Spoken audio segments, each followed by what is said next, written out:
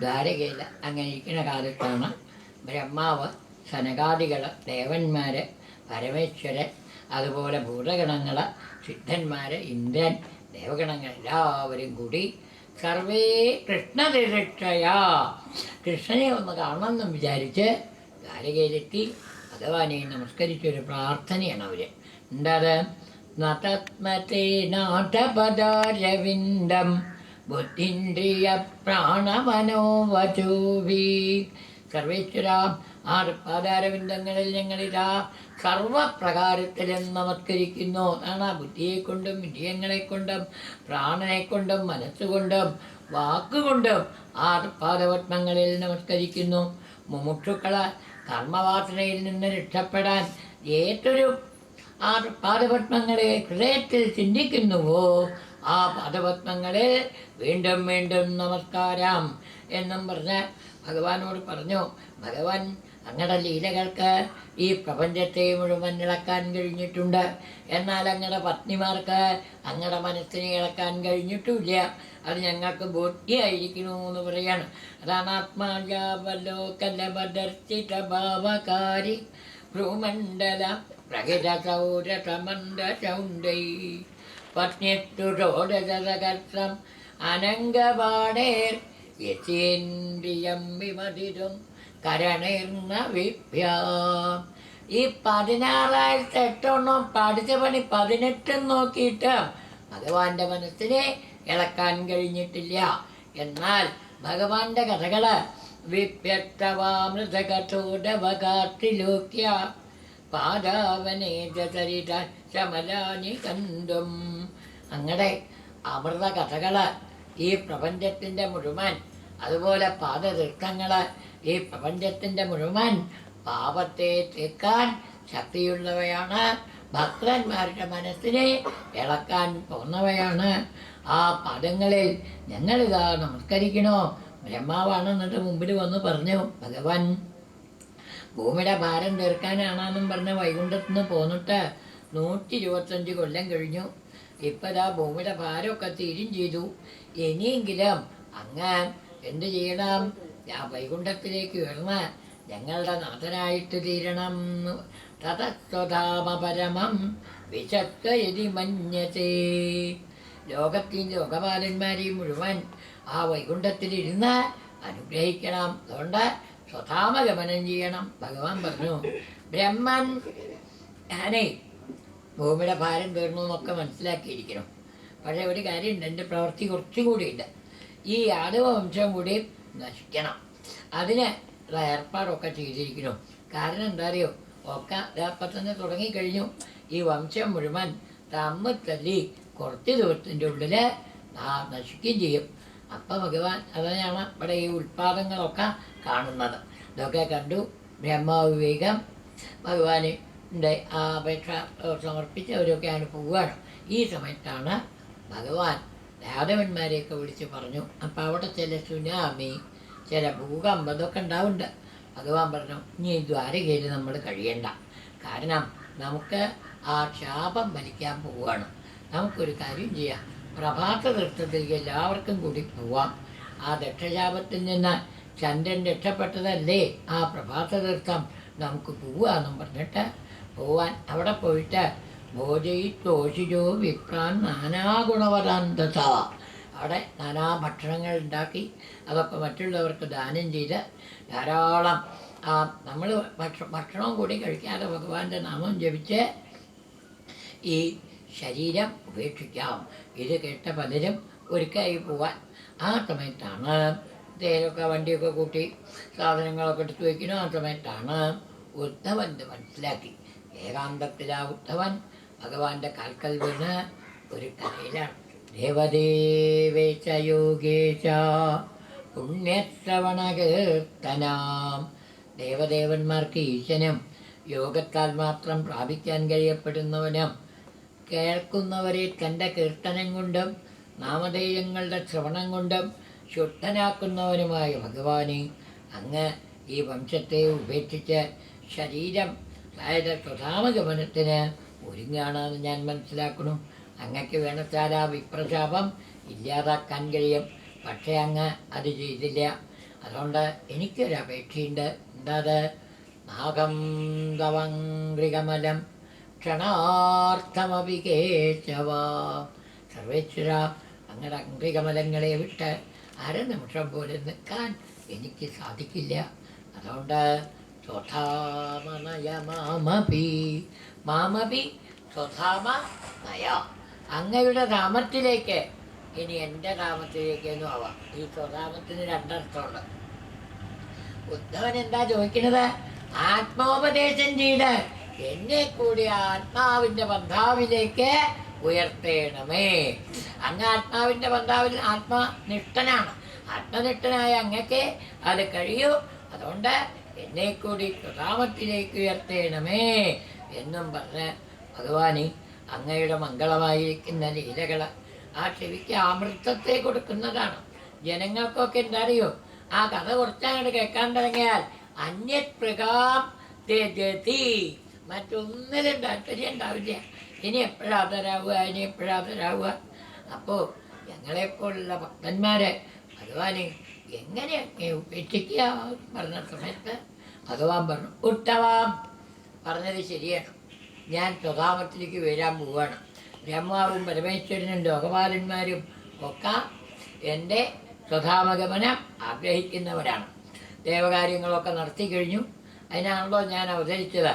ഈ കുലം ശാപം കൊണ്ട് തല്ലി അടുത്തന്നെ നശിക്കും. സമുദ്രം 7ാമത്തെ ദിവസം ഈ ദ്വാരകയെ മുക്കിക്കളയുകയും ചെയ്യും. ഞാൻ പോയി കഴിഞ്ഞാൽ പിന്നെ ഒരു കാര്യമുണ്ട്, ലോകത്ത് മംഗളങ്ങളൊന്നും ഉണ്ടാവില്ല. കരി വരും, കലിയുഗം തുടങ്ങും. അപ്പം അങ്ങെന്താ ചെയ്യേണ്ടത്? ഞാൻ പോയാൽ ഇവിടെ താമസിക്കില്ല വേണ്ട. കാരണം എന്താ പറയുക, ജനങ്ങളൊക്കെ അധർമ്മത്തിലായിരിക്കും താല്പര്യം കലിയുഗത്തിലെ. അപ്പം അങ്ങെന്ത് ചെയ്യണം?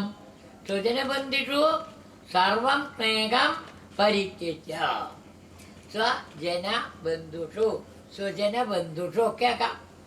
അങ്ങയുടെ ശരീരത്തിൽ ബന്ധുക്കളോട് സ്വജനങ്ങളോട് ഉള്ള എല്ലാ സ്നേഹവും ഉപേക്ഷിച്ചിട്ട്, എന്താ സ്നേഹം എന്ന് പറഞ്ഞാൽ ആ ബന്ധം, അത് ഉപേക്ഷിച്ചിട്ട് എന്നിൽ മാത്രം മനസ്സുറപ്പിച്ച് എല്ലാവരെയും ഒരുപോലെ കണ്ടുകൊണ്ട് ഈ പ്രപഞ്ചത്തെ മുഴുവൻ സമതക്കായിട്ട് ഭൂമിയിൽ സഞ്ചരിക്കൂ.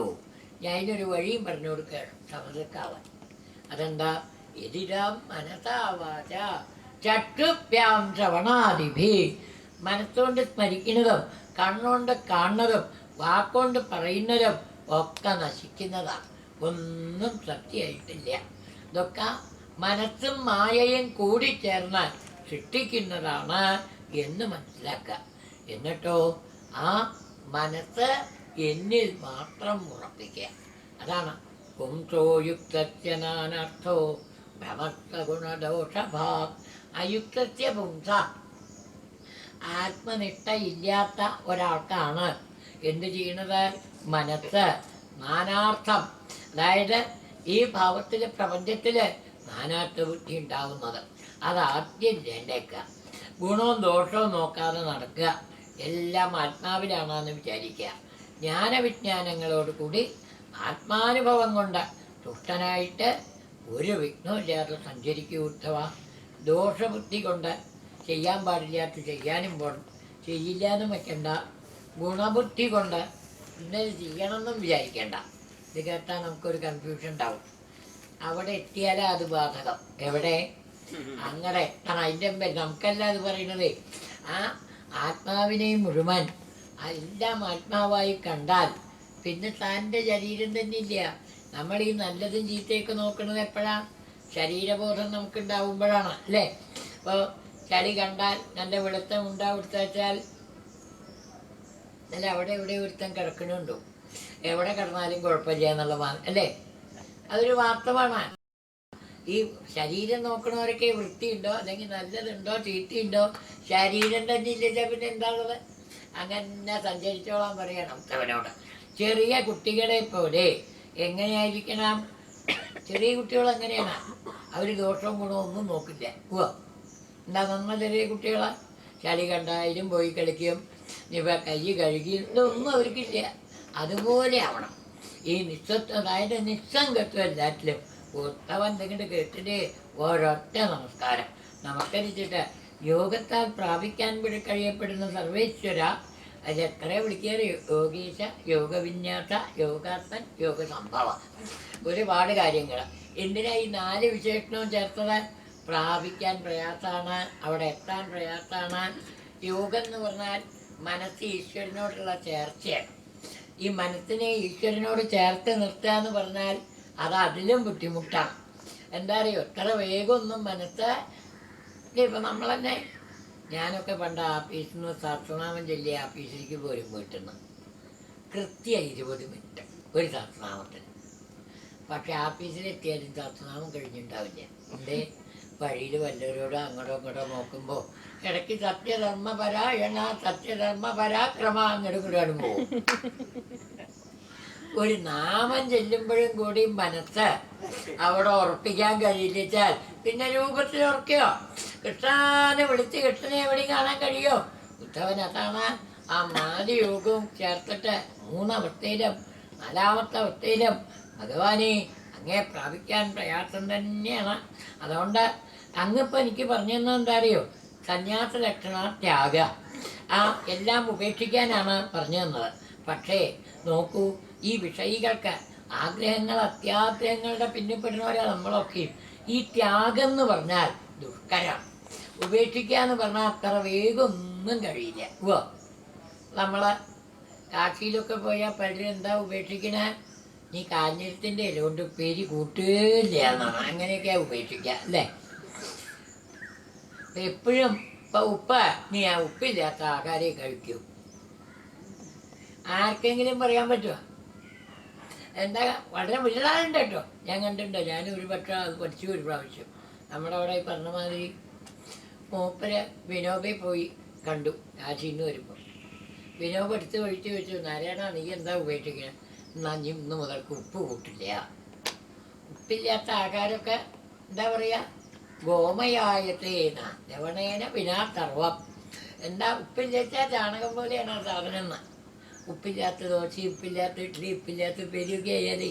പക്ഷെ എന്നാലും അത് ഉപേക്ഷിക്കാൻ കഴിയും. നമുക്കതിനുള്ള ഭ്രമം ഉണ്ടാവുമ്പോഴാണ് അതിനുള്ള താല്പര്യവും വരുന്നത്.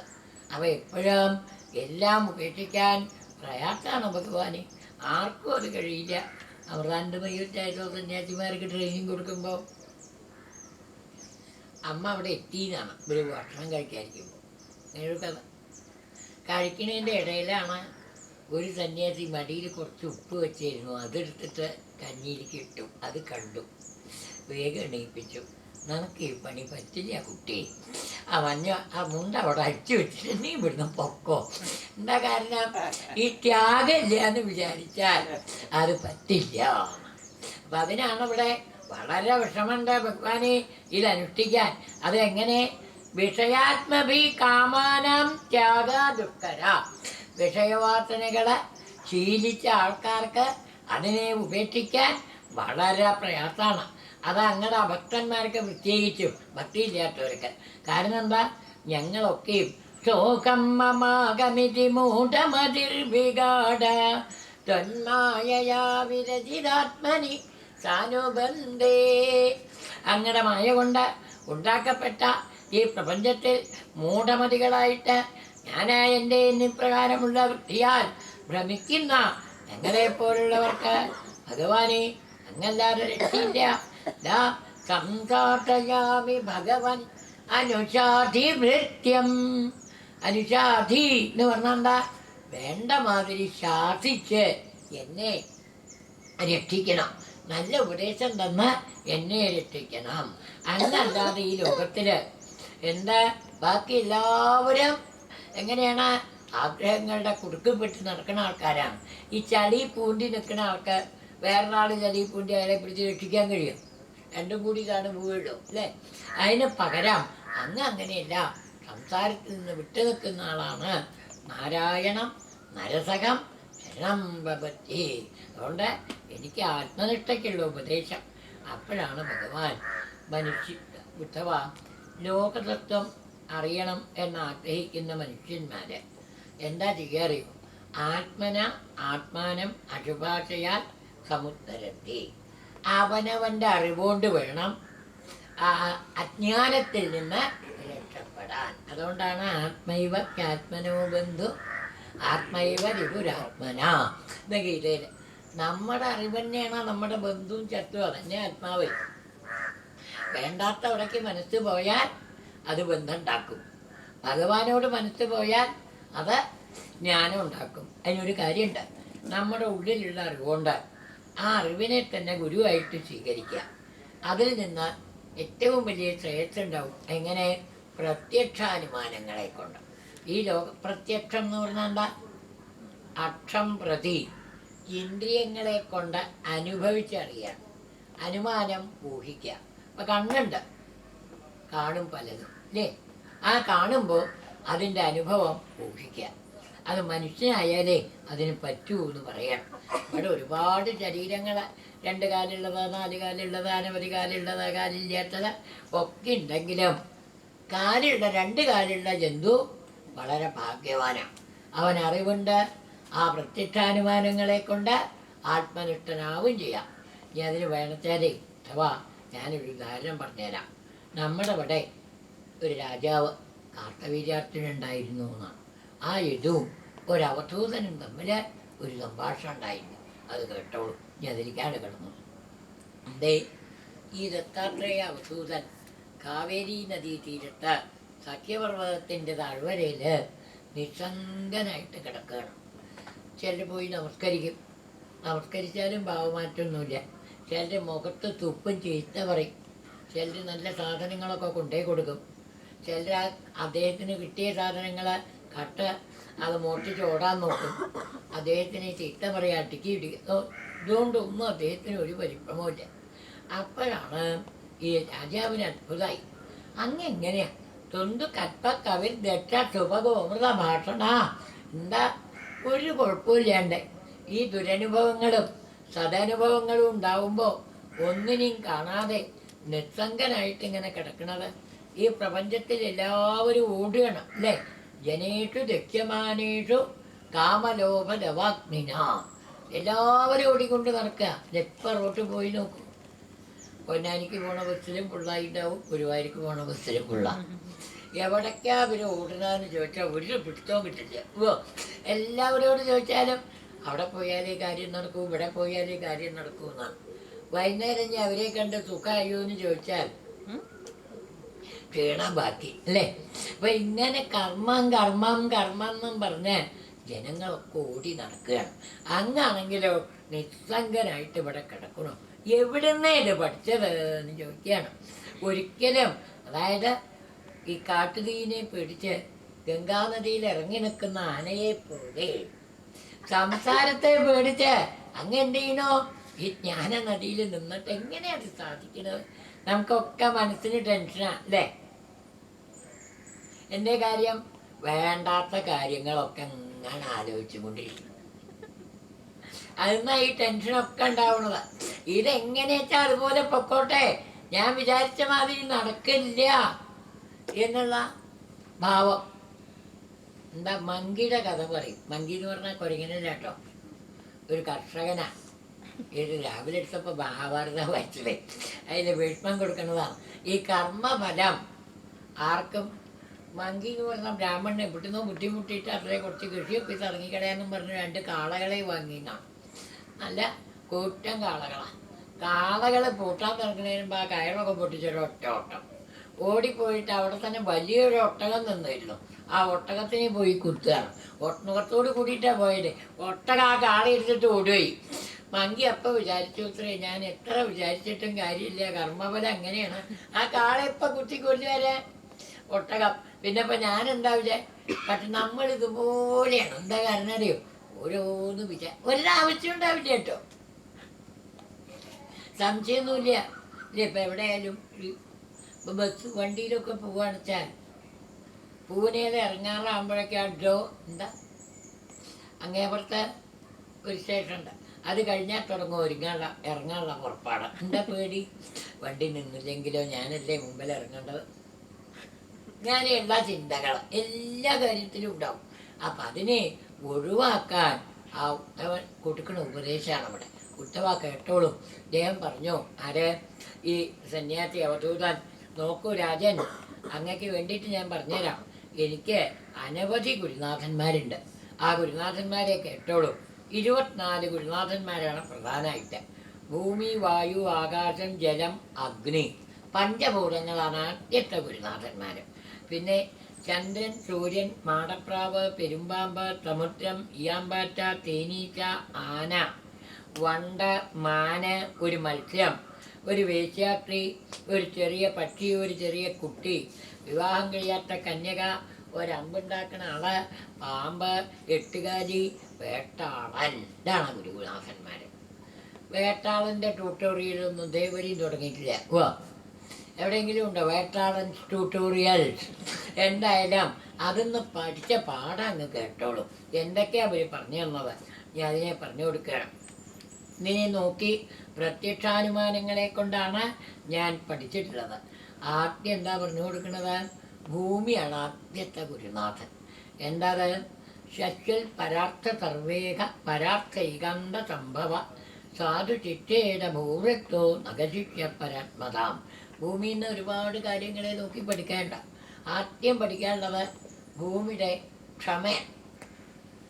ഭൂതൈരാക്രമ്യമാണോപി. നമ്മളെ ഭൂമിയിൽ കൊത്തും തിളക്കുകയും ഒക്കെ ചെയ്യും അല്ലേ, ചവിട്ടി നടക്കും ചെയ്യും. പക്ഷേ ഭൂമി ഇതേവരെ ആരോടും ചുണ്ടിട്ടില്ല അല്ലേ.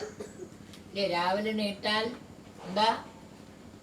പർവ്വതത്തനമണ്ഡലേ പാദസ്പർശം തമസ്വമേന്നും പറഞ്ഞ് തൊട്ട് തലയിൽ വയ്ക്കും. അമ്മേ നെഞ്ഞത്ത് ചവിട്ടിയിട്ടാ നടക്കാൻ പോണ കേട്ടോ. തൊട്ട് തലയിൽ വെക്കുമ്പോൾ നന്നായി എന്നും പറഞ്ഞിട്ടില്ല. ചവിട്ടി നടക്കുമ്പോൾ നീ അബദ്ധം ചെയ്തു എന്നും പറഞ്ഞിട്ടില്ല. ഭൂമി ഒക്കെ ക്ഷമിക്കുക ചെയ്യണത്. ഇതുപോലെ ആവണം സഹനശീലം. അതുകൊണ്ടാണ് ഭൂമിക്ക് ആ പേരൊക്കെ. പക്ഷെ അവിടെ പേരുണ്ട് വെച്ചാൽ ആയിക്കോട്ടെ, നമ്മളത് ആലോചിക്കും അല്ലേ. ക്ഷമ, സർവം സഹ, ഇതൊക്കെ ഭൂമിയുടെ പേരാണ്. എന്തബദ്ധം ചെയ്താലും ഭൂമി ക്ഷമിക്കുക ചെയ്യുക. അതാണ് തിതിക്ഷ, ഭൂമിയുടെ തിതിക്ഷ. പിന്നെ ത്യാഗം. ഭൂമിയിൽ എന്തൊക്കെ ഉണ്ടാവുന്നുണ്ട്? ആരാതൊക്കെ ഉപയോഗിക്കുന്നത്? നമ്മളാണ് അല്ലേ. അതാ ഭൂമിയുടെ വികാരങ്ങളാണ് വൃക്ഷങ്ങളും പർവ്വതങ്ങളും. പർവ്വതങ്ങളിലുണ്ടാവുന്ന സമ്പത്ത് മുഴുവൻ ആരാ എടുക്കുന്നത്? നമ്മൾ തന്നെ എടുക്കുന്നത്. വൃക്ഷങ്ങളുടെ ഫലം ഉണ്ടായാൽ ഒരു പ്ലാവും കോടി കാഴ്ച ചക്ക തിന്നിട്ടില്ല. ആരാ തിന്നുന്നത്? നമ്മൾ തന്നെ തിന്നണത്. അപ്പം വൃക്ഷങ്ങളെ നോക്കുക, പർവ്വതങ്ങളെ നോക്കുക. ത്യാഗം. എൻ്റെ കയ്യിൽ എന്തുണ്ടോ അത് മറ്റുള്ളവർക്ക് വേണ്ടി ഉപേക്ഷിക്കാൻ സാധിക്കുക. 2 ഗുണങ്ങൾ. 1 തിതിക്ഷ, 2 ത്യാഗം. ഭൂമി എന്ന് പഠിക്കാനുള്ളതാണ്. ഇനി വായു, പൃഥിവി, വായു. വായു പഠിക്കേണ്ടത് സമദൃഷ്ടിത്വം. സമദൃഷ്ടി നേരത്തെ പറഞ്ഞില്ലേ, വായു എപ്പോഴും എങ്ങനെയാ? എവിടെയും നടക്കും. ചന്ദനത്തിരി കത്തിച്ച് വെച്ചാൽ അതിൻ്റെ അടുത്തും ഉണ്ടാവും. അപ്പുറത്ത് വേണ്ടാത്ത കിടക്കേണ്ട വെച്ചാൽ അവിടെയും ഉണ്ടാവും. സുഗന്ധവും ദുർഗന്ധവും വായു സ്വന്തമാക്കി എടുക്കില്ല. ആ ചന്ദനത്തിൻ്റെ അടുത്ത് പോയാൽ അതിൻ്റെ കുറച്ച് നേരം അവിടെ എന്തുണ്ടാവും. ഇവിടെ ഒരു ചന്ദനത്തിരി കത്തിച്ച് വെച്ചാൽ പാലക്കാട്ടൊക്കെ ആ വാസന കിട്ടിയ ഒരൊറ്റ ചന്ദനത്തിരി മതി ലോകത്തിൽ അല്ലേ. അതില്ല. ഇനി ദുർഗന്ധാണെങ്കിലും അതെ, അവിടെ തന്നെ ഇടും, സ്വന്തമാക്കില്ല. ഇതുപോലെ ആവണം. നല്ലത് ചീത്തയൊക്കെ പ്രപഞ്ചത്തിലുണ്ടാവും. അതിലൊക്കെ ഒരുപോലെ പെരുമാറാൻ. ചീത്ത കാണുമ്പോൾ പരിഭ്രമിക്കാനും പോണ്ട, നല്ലത് കാണുമ്പോൾ സന്തോഷിക്കാനും പോണ്ട. ഇത് 2 നാനാത്വമാണ്. ദ്വൈതത്തിൽ നിന്ന് അതൊക്കെ ഉണ്ടാവുന്നതേ. നല്ലത് കാണുന്നവരൊക്കെ ചീത്ത ഏതാണെന്ന് നോട്ടുണ്ടാവുള്ളൂ അല്ലേ. നല്ലതും ഇല്ല ചീത്തയില്ല എന്നുള്ള ഭാവത്തിലെത്തിയാൽ പിന്നെ വല്ലതും ഉണ്ടാവും. അതാണ് വായു എന്നൊമ്മ. ഇനി വായുവാണ് സോഷ്യലിസ്റ്റ്. ഇപ്പോൾ എല്ലാവരും സോഷ്യലിസം പറയുന്നവരാ. അതെങ്ങനെയാ? പ്രാണൻ. പ്രാണൻ ബ്രഹ്മാവിൻ്റെ ഉള്ളിലുണ്ട്, നമ്മുടെ ഉള്ളിലുണ്ട്, പുഴുവിൻ്റെ ഉള്ളിലുണ്ട്. പ്രാണൻ പറയാൻ വിചാരിക്കുക നീ ഞാൻ ബ്രഹ്മാവിൻ്റെ ഉള്ളിലേക്ക് മാത്രമേ വരുള്ളൂ എന്ന് പറഞ്ഞാൽ നമ്മുടെ കാറ്റൊക്കെ പോകും. അപ്പോൾ ഈ പ്രാണനെ പോലെ സമത്വബുദ്ധി, എല്ലാറ്റിലും ഒരുപോലെ, എല്ലാവരിലും ഒരുപോലെ കാണാൻ ഇത് 2 വായുവിൻ്റെ. അപ്പം അത് ആ സമത്വബുദ്ധി ഉണ്ടാവണം. അതുപോലെ തന്നെ ഒന്നിനോടും ദേഷ്യവും വേണ്ട, വെറുപ്പും വേണ്ട, ഒന്നിനെയും സ്വന്താക്കും വേണ്ട. ഇതാണ് വായുവിൻ്റെ പഠിക്കുക. ഇനി പൃഥിവി, വായുര, ആകാശ. ആകാശത്തു നിന്ന് കുറെ പഠിക്കാനുണ്ട്. എന്താ ആകാശം? രാവിലെ കിഴക്ക് ഭാഗമൊക്കെ ഇങ്ങനെ തുടുത്ത് കാണും അല്ലേ. ആകാശത്തിൻ്റെ നിറമൊക്കെ മാറി നമ്മൾ പറയും. ആകാശത്തിൻ്റെ നിറം മാറുന്നില്ല. അതിൻ്റെ മുകളിൽ ആകാശം എന്ന് പറഞ്ഞാൽ എന്താ ശൂന്യതയാണ്. അപ്പം ആകാശത്തിൻ്റെ നിറം മാറണമെന്ന് പറയും. ഈ ശരീരത്തിൻ്റെ നാശങ്ങളാ, വേദനകളാ, ദുഃഖങ്ങളാ, ഇതൊന്നും ആത്മാവിൻ്റെ ഇല്ല. ആകാശം പോലെ ആത്മാവ് നിർലിപ്തമാണ്. ഇതുപോലെ വേറെ ഉണ്ട് ആകാശത്തുനിന്ന്. ഇപ്പം നമ്മളെ പന്തലിൻ്റെ അകംപുറം എന്ന് പറയാൻ കാരണം എന്താ? ഈ 4 സാരി ഇവിടെ കെട്ടുകൊണ്ടാ. അല്ല, ഇതില്ല എന്ന് വിചാരിച്ച ഈ തുണി കെട്ടിയിട്ടില്ല അകം വലിയ പുറമില്ലേ. അപ്പം ഈ വലിയ ശൂന്യതയിൽ ഇതിന് അകംപുറം ഉണ്ടാക്കിയത് ആരാ? ഉപാധിയാണ്. അതുപോലെ ഏകമായ ആത്മാവില് നമ്മൾ നാനാത്വം കാണുന്നത് ഉപാധി കൊണ്ടാണ്. ആ ഉപാധി നീങ്ങിക്കഴിഞ്ഞാൽ ഏകമായ ആത്മാവിനെ കാണാം. ശരീരം, അതാ ആദ്യത്തെ ഉപാധി ഏതാ? ശരീരമാണ്. ഈ ശരീരമാകുന്ന ഉപാധിയെ മറക്കാൻ കഴിഞ്ഞാൽ ഏകവും സച്ചിദാനന്ദവുമായ ആത്മാവാണ്. ആത്മാവിൽ നിന്ന് അന്യമായിട്ടൊന്നുമില്ല. അത് ബോധ്യം വരും. അതാണ് നിർലിപ്തത്വം. അതാണ് വ്യാപ്തി അവ്യവച്ഛേദം അസംഗമാത്മനോ. രണ്ടും ആകാശത്തിൽ നിന്ന് പഠിക്കുക. പൃഥ്വി വായുരാകാശ. ഇനി വെള്ളം. ആപ, വെള്ളം. വെള്ളത്തിന് ആയുർവേദത്തിൽ ഒരുപാട് ഗുണം പറയും. ജീവനം തർപ്പണം ഹൃദ്യം ക്ലാതി ബുദ്ധി പ്രബോധനം തന്നവ്യക്തരസംമൃഷ്ടം ശീതം ജഗ്മൃതോപമം. അഷ്ടാംഗഹൃദയത്തിൽ വെള്ളത്തിൻ്റെ ഗുണം പറയുമ്പോഴാണ് എല്ലാവർക്കും ജീവൻ കൊടുക്കുക. എന്താ ജീവൻ? ക്ഷീണിച്ച ആളൊക്കെ കുറച്ച് ഉക്ക് കൊടുക്കുക, വെള്ളമാണത്. ബോധം കെട്ട് കിടക്കുന്ന ഒരാൾക്ക് ബോധം ഉണ്ടാക്കുക. ഇപ്പം നമ്മളൊരാൾ കട്ടി തലതിച്ചിലും എന്തെങ്കിലും ആയി വീണാൽ കുറച്ച് വെള്ളം കൊണ്ടുവരും, മൊത്തം തളിക്കുകയെന്നാ പറയുക. ചായ കൊണ്ടുവരും തളിക്കുകയെന്ന് ഇതേവരെ പറഞ്ഞിട്ടില്ല. അല്ലെങ്കിൽ പഞ്ചാര പായസം തളിച്ചാലും അതിൽ ഉണരില്ല. നല്ല തണുത്ത വെള്ളം മുഖത്താണ് തട്ടിയാൽ പട്ടി ഉണരുകയും. അതാണ് വെള്ളത്തിൻ്റെ കഴിവ്. ജീവൻ കൊടുക്കുക, ഊക്ക് കൊടുക്കുക. ഇത് നമ്മൾ പഠിക്കണം. നമ്മൾ ഊക്ക് കൊടുക്കാനല്ല പഠിച്ചിട്ടുള്ളത്, ഊക്ക് ഇല്ലാണ്ടേക്കാനാ അല്ലേ? നാമം ചൊല്ലി തെറ്റിയാൽ ഇങ്ങനെ തെറ്റി നാമം ജപിക്കാതിരിക്കട്ടോ ഭേദം, അങ്ങനെ പറയുന്ന കാര്യങ്ങൾ ഞാൻ കേട്ടിട്ടുണ്ട്. തെറ്റിയാലും താരല്ല, തെറ്റ് തിരുത്താൻ നോക്കൂ, നാമം ജപിച്ചോളൂ എന്നാ പറയണ്ട. അതിന് പകരം ഇങ്ങനെയാ പറയുക. അപ്പം എപ്പോഴും അതാണ് വെള്ളത്തിൽ നിന്ന് ആദ്യം പഠിക്കേണ്ടത്. ഒരാൾക്ക് നമ്മൾ വേണ്ടാത്ത എപ്പോഴും എൻകറേജ് ചെയ്യാനേ പാടുള്ളൂ, ഡിസ്കറേജ് ചെയ്യാൻ പാടില്ല. ഏത് നല്ല കാര്യങ്ങളാണോ അതിനൊക്കെ എന്താ വേണ്ടത്? പ്രേരിപ്പിക്കുക. വായിച്ചോളൂ. ഭാഗവതം അറിയില്ല, ഭഗവാന് സംസ്കൃതവും മലയാളം എന്നല്ല, എല്ലാ ഭാഷയും അറിയാം ഭഗവാന്. സംസ്കൃതം മാത്രമേ അറിയൂ, നിർബന്ധമൊന്നുമില്ല. അപ്പം എന്താ, അറിയുന്ന മാതിരി വായിക്കുമോ, കുറച്ച് കഴിഞ്ഞാൽ നേരെയാവും. അതാണ് വെള്ളത്തിൽ നിന്ന് പഠിക്കാനുള്ളത്. ക്ഷീണം തീർക്കും. പിന്നെ നമ്മുടെ ക്ഷീണം തീർക്കും വെള്ളം. വെള്ളം കുടിച്ചാൽ ക്ഷീണം ചെയ്യേണ്ടാവും. അതുപോലെ തന്നെ ആവണം മറ്റുള്ളവരുടെ ക്ഷീണം തീർക്കാൻ കഴിവുണ്ടാവണം. ഒരാളെ കാണുമ്പോൾ വല്ലാതെ ഇരിക്കണ്ടല്ലോ ഇത് പറയാനേ നമ്മൾ പഠിച്ചിട്ടുള്ളൂ അല്ലേ? വല്ലാണ്ട് ഇരിക്കണ്ട. അത് കേട്ടാൽ തന്നെ അയാൾക്ക് തോന്നും ആത്മഹത്യ പോണ്ടി വരുമല്ലോ ഈശ്വരാന്ന്. അതിന് പകരം എപ്പോഴും എന്താ, ഒരാളോടും അങ്ങനെ പറയരുത്. അയാൾക്ക് നിങ്ങൾക്ക് ഇപ്പം കുഴപ്പമൊന്നുമില്ല, നല്ല ആരോഗ്യമുണ്ട്, അതാണ് വേണ്ടത്. അതാണ് വെള്ളത്തിൽ നിന്ന് ഒന്ന് പഠിക്കേണ്ടത്. ക്ഷീണം തീർക്കുക. അങ്ങനെ വെള്ളത്തിന് അനവധി. അപ്പം നമ്മൾ എന്ത് ചെയ്യണം? ഈ വെള്ളത്തിൻ്റെ ഗുണങ്ങൾ പഠിച്ചുകൊണ്ട് പ്രപഞ്ചത്തിൽ അതുപോലെ പെരുമാറണം. ഇപ്പോൾ വെള്ളം, അത് കഴിഞ്ഞാൽ ഇനി അഗ്നിയാണ്. അഗ്നി നാനാത്വ ബുദ്ധി ഇല്ലാണ്ടേക്കാനാണ്. അഗ്നി എന്ന് പറഞ്ഞാൽ എന്താ? ഇവിടെയൊക്കെ ഉണ്ട്. കൊളുത്തിയ എങ്ങനെയാ വരിക? തീപ്പെട്ടിട്ട് കുറച്ച് തിരിമ്പിൽ പിടിപ്പിച്ചാൽ കത്തുക. ആ ഒരേ തിരിയുന്നെ അനവധി തിരിയിട്ട് കത്തിച്ചാലോ ഏകായ അഗ്നി അനവധിയായി. ഏതുവരെ അത് കത്തുക? എണ്ണയും തിരിയില്ലേടത്തോളം അത് കത്തും. എണ്ണയും തിരി കഴിച്ചാണ്ടായി അത് പോവുകയും ചെയ്യും. ഇതുപോലെ ആത്മാവിൽ നിന്ന് വിട്ട് താൻ ജീവനാണെന്നുള്ള തോന്നൽ ഏതുവരെ ഉണ്ടാവുക? തൻ്റെ കർമ്മവാസനകളും ദേഹബോധവും പോകുന്നത് വരെ.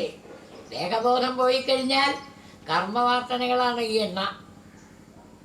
തിരിയേതാ? ശരീരം. തിരിയണങ്ങനെ എരിഞ്ഞെരിഞ്ഞ് പോവുക അല്ലേ? അപ്പൊ നമ്മൾ എന്താ ചെയ്യുന്നത്? ഇവിടെ വന്നാൽ എന്തൊക്കെ ടെൻഷനാ അറിയൂന്നാണ് അല്ലേ? എല്ലാവർക്കും എന്തൊക്കെ ടെൻഷനുള്ളവരാ. അത് ഇന്ന് നോക്കി പഠിക്കുക. അതെന്തുകൊണ്ടാണ് നമുക്ക് ഈ ടെൻഷൻ ഉണ്ടാവുന്നത്? ഈ കർമ്മവാസനകളാകുന്ന എണ്ണയും ഉപാധിയാകുന്ന ശരീരം ഉണ്ടാവുകൊണ്ടാണ്. ഇതിന് രണ്ടിനും ഇല്ലാണ്ടേക്കാം. കർമ്മവാസന ഇല്ലാണ്ടേക്കാനുള്ള ഏറ്റവും വലിയ വഴി എന്താ? എല്ലാ കർമ്മങ്ങളും ഈശ്വരാർപ്പണമായി ചെയ്യുക. ഇത് അഗ്നിന്ന് പഠിക്കുക. നാനാത്വ ബുദ്ധി ഇല്ലാണ്ടാവുക. ഏകാണ് അഗ്നി, അതുപോലെ ആത്മാവ് ഏകാണ്, എല്ലാവരും ഒരുപോലെ. ഇതാണ് പഞ്ചഭൂതങ്ങളിൽ നിന്ന് പഠിക്കേണ്ട പാഠങ്ങൾ. അതിനെയൊക്കെ ഒന്നും കൂടിയൊക്കെ ചെയ്യും ഭഗവത് ശ്രീധരാചാര്യ വ്യാഖ്യാനത്തില്. ഇനി 5 ഇന്ദ്രിയങ്ങളെ ജയിക്കാനാണ് പഠിക്കണം. ഏതാ 5 ഇന്ദ്രിയങ്ങള്? ഒരു ജീവനെ നാനാത്വ ബുദ്ധിയിലേക്ക് കൊണ്ടുപോകുക ഏതാറിയോ? കണ്ണും മൂക്കും നാക്കും തൊക്കും ചെവിയ. ഈ 5 അതെപ്പോഴത്തേക്കും കൊണ്ടുപോകും. അതിനെ നിയന്ത്രിക്കാൻ കണ്ണുകൊണ്ട് അപകടം പറ്റുന്ന ആൾക്കാരെ കുറിച്ച് മരിക്കുക. അതാണ് ഓർക്കേണ്ടത്. അതാരാ? കണ്ണുകൊണ്ട് മരിക്കുന്ന ജന്തുവാണ് ഇത്ര ചെയ്യാൻ പാറ്റ. മഴ പെയ്താൽ പാറ്റ പൊടിഞ്ഞാൽ നമ്മളെന്താ ചെയ്യുക? കുറേ ഓല മുറ്റത്തിട്ട് കത്തിക്കും. ഓല കിടിയിട്ട് നല്ല തീക്കത്തിന് കണ്ടാൽ പാറ്റ അതിൽ പോയാലും ചാടും. അതിന് കണ്ണിൻ്റെ ശക്തിയാണത്. എന്താ? നല്ല പ്രകാശം എന്തോ തിന്നാനുള്ളതാണെന്ന് പറഞ്ഞിട്ട് അതിൽ പോവുക. അതിൽ പോയി ചാടി ചിറക് കരിഞ്ഞ് അത് ചത്തുപോകും. ഇതുപോലെ കണ്ണിനെ നിയന്ത്രിച്ചോളൂ. വേണ്ടാത്തത് കാണാൻ പോണ്ട. വസ്തുക്കളുടെ യോഷിൽ കിരണ്യ ആഭരണ അമ്പരാദി ദ്രവ്യേഷു മായാരചിതേഷു മൂഢ. 3 സൗന്ദര്യം കണ്ടിട്ട്, സൗന്ദര്യം കാണുമ്പോൾ ഒന്ന് ഓർക്കുക. ഒരു 21 വയസ്സുകാരിയെ കണ്ടാൽ ഈ അമ്മയ്ക്ക് 81 വയസ്സായ എങ്ങനെ ഉണ്ടാവും എന്നൊന്ന് ആലോചിച്ചാൽ മതി. അപ്പോൾ സൗന്ദര്യം തന്നെ വെക്കും അല്ലേ? യോഷിൽ. അതുപോലെയാണ് സ്വർണം അതിൻ്റെ ഭംഗി കണ്ടിട്ട്. യോഷിൽ ഹിരണ്യ ആഭരണം. സ്വർണം കൊണ്ടുള്ള ആഭരണങ്ങൾ, അതിൻ്റെ മോഡലും ഒക്കെ ഫാഷനാണ് അല്ലേ? ആൾക്കാരെ ഇങ്ങനെ സ്ത്രീകൾക്ക് കാഴ്ച ചെലവാക്കണ നല്ലൊരു ഏർപ്പാടുണ്ട്. എന്താ? ചങ്ങലയൊന്ന് മാറണം, വളയൊന്ന് മാറണം എന്നാണ് ഇടയ്ക്കിടയ്ക്ക് അല്ലേ? ഇവർ ഈ ഫാഷൻ മാറ്റുന്നത് എന്തിനാ? നിങ്ങളുടെ കാഴ്ച അവർക്ക് എടുക്കാൻ വേണ്ടിയിട്ടല്ല. അപ്പോൾ നിങ്ങളെ ഭംഗി കൂട്ടാനൊന്നുമില്ല. എന്നാലും മനുഷ്യർ അതിലൊക്കെയാണ് പോയി ഭ്രമിക്കുക. അതുകൊണ്ട് അത് പറയണം. സ്ത്രീ സൗന്ദര്യം, അതുപോലെ തന്നെ സ്വർണം, ആഭരണം, വസ്ത്രം, ഇതിൻ്റെ ഭംഗിയിലൊന്നും സന്യാസി ഭ്രമിക്കരുത്. സന്യാസിക്ക് അതൊക്കെ ചുറ്റില്ല. ഇതിനൊത്തിനും അധികം ആവരുത്. എന്താ അറിയോ? കണ്ണിനെ കുറിച്ച് നിയന്ത്രിക്കണം. ഈ വൈകുന്നേരം ആകുമ്പോൾ വേണ്ടാത്തതും കണ്ട് 6:30 നിറഞ്ഞ സന്ധ്യക്ക് തുടങ്ങും. കത്തിയൊക്കെ എടുത്തിട്ടായിരിക്കും അല്ലേ? ഇതൊക്കെ നോക്കി അപ്പോൾ അതാദ്യം നിയന്ത്രിക്കുക. വേണ്ടാത്തതൊന്നും കാണില്ല. മീഡിയൊക്കെ നല്ലതാണെങ്കിലും അബദ്ധങ്ങൾ ഇഷ്ടം പോലെ ഇന്ന് പഠിക്കുന്നത് ഇവിടുന്ന് ഈ മീഡിയയിൽ കൂടി. ഒരുപാട് സംസ്കാരത്തിന് ചുരി വരുത്തുന്നതും എന്തുകൊണ്ടാ? ഇത് തന്നെയാണ്. ഇവർക്കത് നിയന്ത്രിക്കാനും കഴിയില്ല. അതെന്താ? അപ്പം അതുകൊണ്ടാണ് വേണ്ടാത്തത് കണ്ണ് കാണരുത്. അത് നിയന്ത്രിക്കുക. അതിന് ചെയ്യാൻ പറ്റാം. ഇനി കണ്ണ് കഴിഞ്ഞാൽ ചെവി. വേണ്ടാത്ത പാട്ട് കേൾക്കരുത്. പക്ഷെ ഇതൊക്കെ എല്ലായിടത്തിലും ഉണ്ട്. ഞാൻ തന്നെ ഒരു ആശ്രമത്തിൽ അബദ്ധത്തിൽ കയറിയാൻ ചെന്ന ഉടനെ സന്യാസിനിയും ടി വി ഇരുന്ന് കാണുക. എടുത്ത വഴിക്ക് എന്നോടെന്താ പറഞ്ഞറിയോ? ഞാൻ ഇതൊക്കെ അവിടെയും ഇവിടെയും വെച്ച് പറഞ്ഞ ആളാണെന്ന് അറിയാം. അതുകൊണ്ട് അല്ല, അവരിവിടെ വെച്ച് പോയതാണ്. അത് ഇടയ്ക്ക് ടെസ്റ്റ് ചെയ്തിട്ടില്ലേ ചില കേടുവരെ. നല്ല സീരിയൽ കാണുന്നതാണ്. അപ്പം എന്തായാലും അതാണ് വേണ്ടാത്തത് കാണരുത്. സന്യാസി പ്രത്യേകിച്ചും ഗൃഹസ്ഥനും ബാധ കാണും. ഇനി ഇതിപ്പോൾ നമ്മളൊക്കെ കുടുങ്ങണത് അതിലാണ്. പരസ്യം സാധനമില്ല അധികം ഉണ്ടാവുക, പരസ്യവും അല്ലേ? അതിലിങ്ങനെ കണ്ടാൽ നന്നായിരിക്കുന്നുണ്ട് കേട്ടോ, എന്നാൽ അതൊന്ന് വാങ്ങിയെന്താ? ഇങ്ങനെ പോകുമ്പോഴതിലൊക്കെ പോയി കുടുങ്ങും അല്ലേ? ആഭരണങ്ങൾ. ഏകമുഖ രുദ്രാക്ഷം, നിങ്ങളുടെ ദാരിദ്ര്യം തീർക്കണോ? 5000 ഉറുപ്പ്യ അല്ലേ? ഒരു ഏകമുഖ രുദ്രാക്ഷത്തിനൊക്കെ എന്താ വില അറിയോ? ഈ 5000 ഉറുപ്പ്യക്കൊക്കെ ഉള്ളത് ഇടുക്കി പ്രൊജക്റ്റാണ് എന്നാണ്. കാശി പോയി ചോദിച്ചപ്പോഴാണ് പറഞ്ഞത്. എന്താ ഈ ഡ്യൂപ്ലിക്കേറ്റ് മുഴുവൻ വരുന്നത് ഇടുക്കി എന്നാണ് രുദ്രാക്ഷത്തിൻ്റെ. അവിടെ രുദ്രാക്ഷ കടക്കാരനാണ് പറഞ്ഞത്. അപ്പോൾ എപ്പോഴും എന്താ അറിയോ? അങ്ങനത്തെ ഒന്നും കാണരുത്. വേണ്ടാത്ത പാട്ട് കേൾക്കരുത്. ചെവി പാട്ടിൻ്റെ ചെവി നിയന്ത്രിക്കാൻ ഗുരു ആരാ? മാന. ഈ മാന എപ്പോഴും എങ്ങനെ അറിയും? ഈ ഓടക്കൊഴിൻ്റെ ഇവിടെ വലിയ ഇഷ്ടം മാനിന്. അപ്പോൾ ഈ നായാട്ടുകാർ കാട്ടും പോയിട്ട് ഓടക്കൊഴ അങ്ങനെ വിളിക്കും, മാൻ ചെവിയും കുറിപ്പിച്ച് നിൽക്കും. അപ്പം അതിനെ അമ്പെയ്ത് അതിനെ കൊല്ലും. ഇതുപോലെ ഗ്രാമ്യഗീതം എന്ന് ശുണിയാൽ എതിർ വനചര കൊജിൽ, വേണ്ടാത്ത പാട്ടുകൾ സന്യാസി കേൾക്കരുത്. ഒക്കെ മാത്രമാണ്. നിത്യാനന്ദ സ്വാമി ഞാനും കൂടി പൂനെ പോയി. അപ്പോൾ അവർ കലാപരിപാടി ഉദ്ഘാടനം ചെയ്യാൻ സ്വാമിയെ വിളിച്ചു. സ്വാമി 2 ചാട്ടം. ആരാ നിങ്ങളോട് കലാപരിപാടി ഉദ്ഘാടനം ചെയ്യാൻ സന്യാസിയെ വിളിക്കാൻ പറഞ്ഞത്? സന്യാസിക്ക് കലയില്ല. എന്താ കാരണം വെച്ചാൽ ഈ വേണ്ടാത്ത ഗ്രാമ്യങ്ങളായിട്ടുള്ള തൽക്കാല സുഖത്തിന് വേണ്ടിയിട്ടുള്ള കാര്യങ്ങളിൽ സന്യാസി പെടരുത്. അതും വനചര യതി കൊച്ചിൽ എന്നാണ്. ഒരിക്കലും വേണ്ടാത്ത പാട്ട് കേൾക്കരുത്. ഇന്ന് നമ്മളൊക്കെ എത്ര പാട്ട് കേട്ടാലും മതി, ചെവിയിൽ അതും വെച്ചും കൊണ്ടേ പോക്കുള്ളൂ അല്ലേ? അപ്പോൾ പാട്ട്, ഈ വേണ്ടാത്ത പാട്ട് എന്ന് പറഞ്ഞാൽ എന്താ? മനസ്സിന് ഇളക്കുണ്ടാക്കുന്ന പാട്ടുകളെയാണ് വേണ്ടാത്ത പാട്ട്. അതൊന്നും കേൾക്കരുത്. കേൾക്കുകയാണെങ്കിൽ നല്ല ആധ്യാത്മികമായിട്ടുള്ള കീർത്തനങ്ങളോ അതൊക്കെ കേട്ടോളൂ. വേണ്ടാത്തതൊന്നും അധികം കേൾക്കാൻ പോകരുത്. അപ്പോൾ മാനിനെ പോലെ മരിക്കേണ്ടി വരും, സന്യാസി പ്രത്യേകിച്ചും. ഇനി നാവിൻ്റെ ഗുരുവാണ് മത്സ്യം. പുഴയുടെ വക്കത്തും തോട്ടിൻ്റെ വക്കത്തും ഒക്കെ ചില വിശ്വാമിത്രന്മാരിയ്ക്കുന്നത് കണ്ടിട്ടുണ്ടാവും, ഒരു കോല് പിടിച്ചിട്ട് ചൂണ്ടലിട്ടിട്ട് ആ ചൂണ്ടലിൻ്റെ തലപ്പത്ത് മത്സ്യത്തിന് ഇഷ്ടപ്പെട്ട ആഹാരം ഇട്ട് കൊടുത്തിരിക്കുകയാണ്. മത്സ്യം അത് കാണുമ്പോൾ അതിൽ പോയി കൊത്തും, അതിനെ പിടിച്ച് കൊട്ടയിലേക്ക് ഇടും, കൊള്ളുകയും ചെയ്യും. ഇതുപോലെ നാവിലധികം, നാവ് അത് കൊണ്ടുവരൂ ഇത് കൊണ്ടുവരൂ എന്നൊക്കെ പറയും. അതൊക്കെ കഴിക്കാൻ പോയാൽ ഒക്കെ എല്ലാവർക്കും എന്താ? മാഗി നൂഡിൽസ്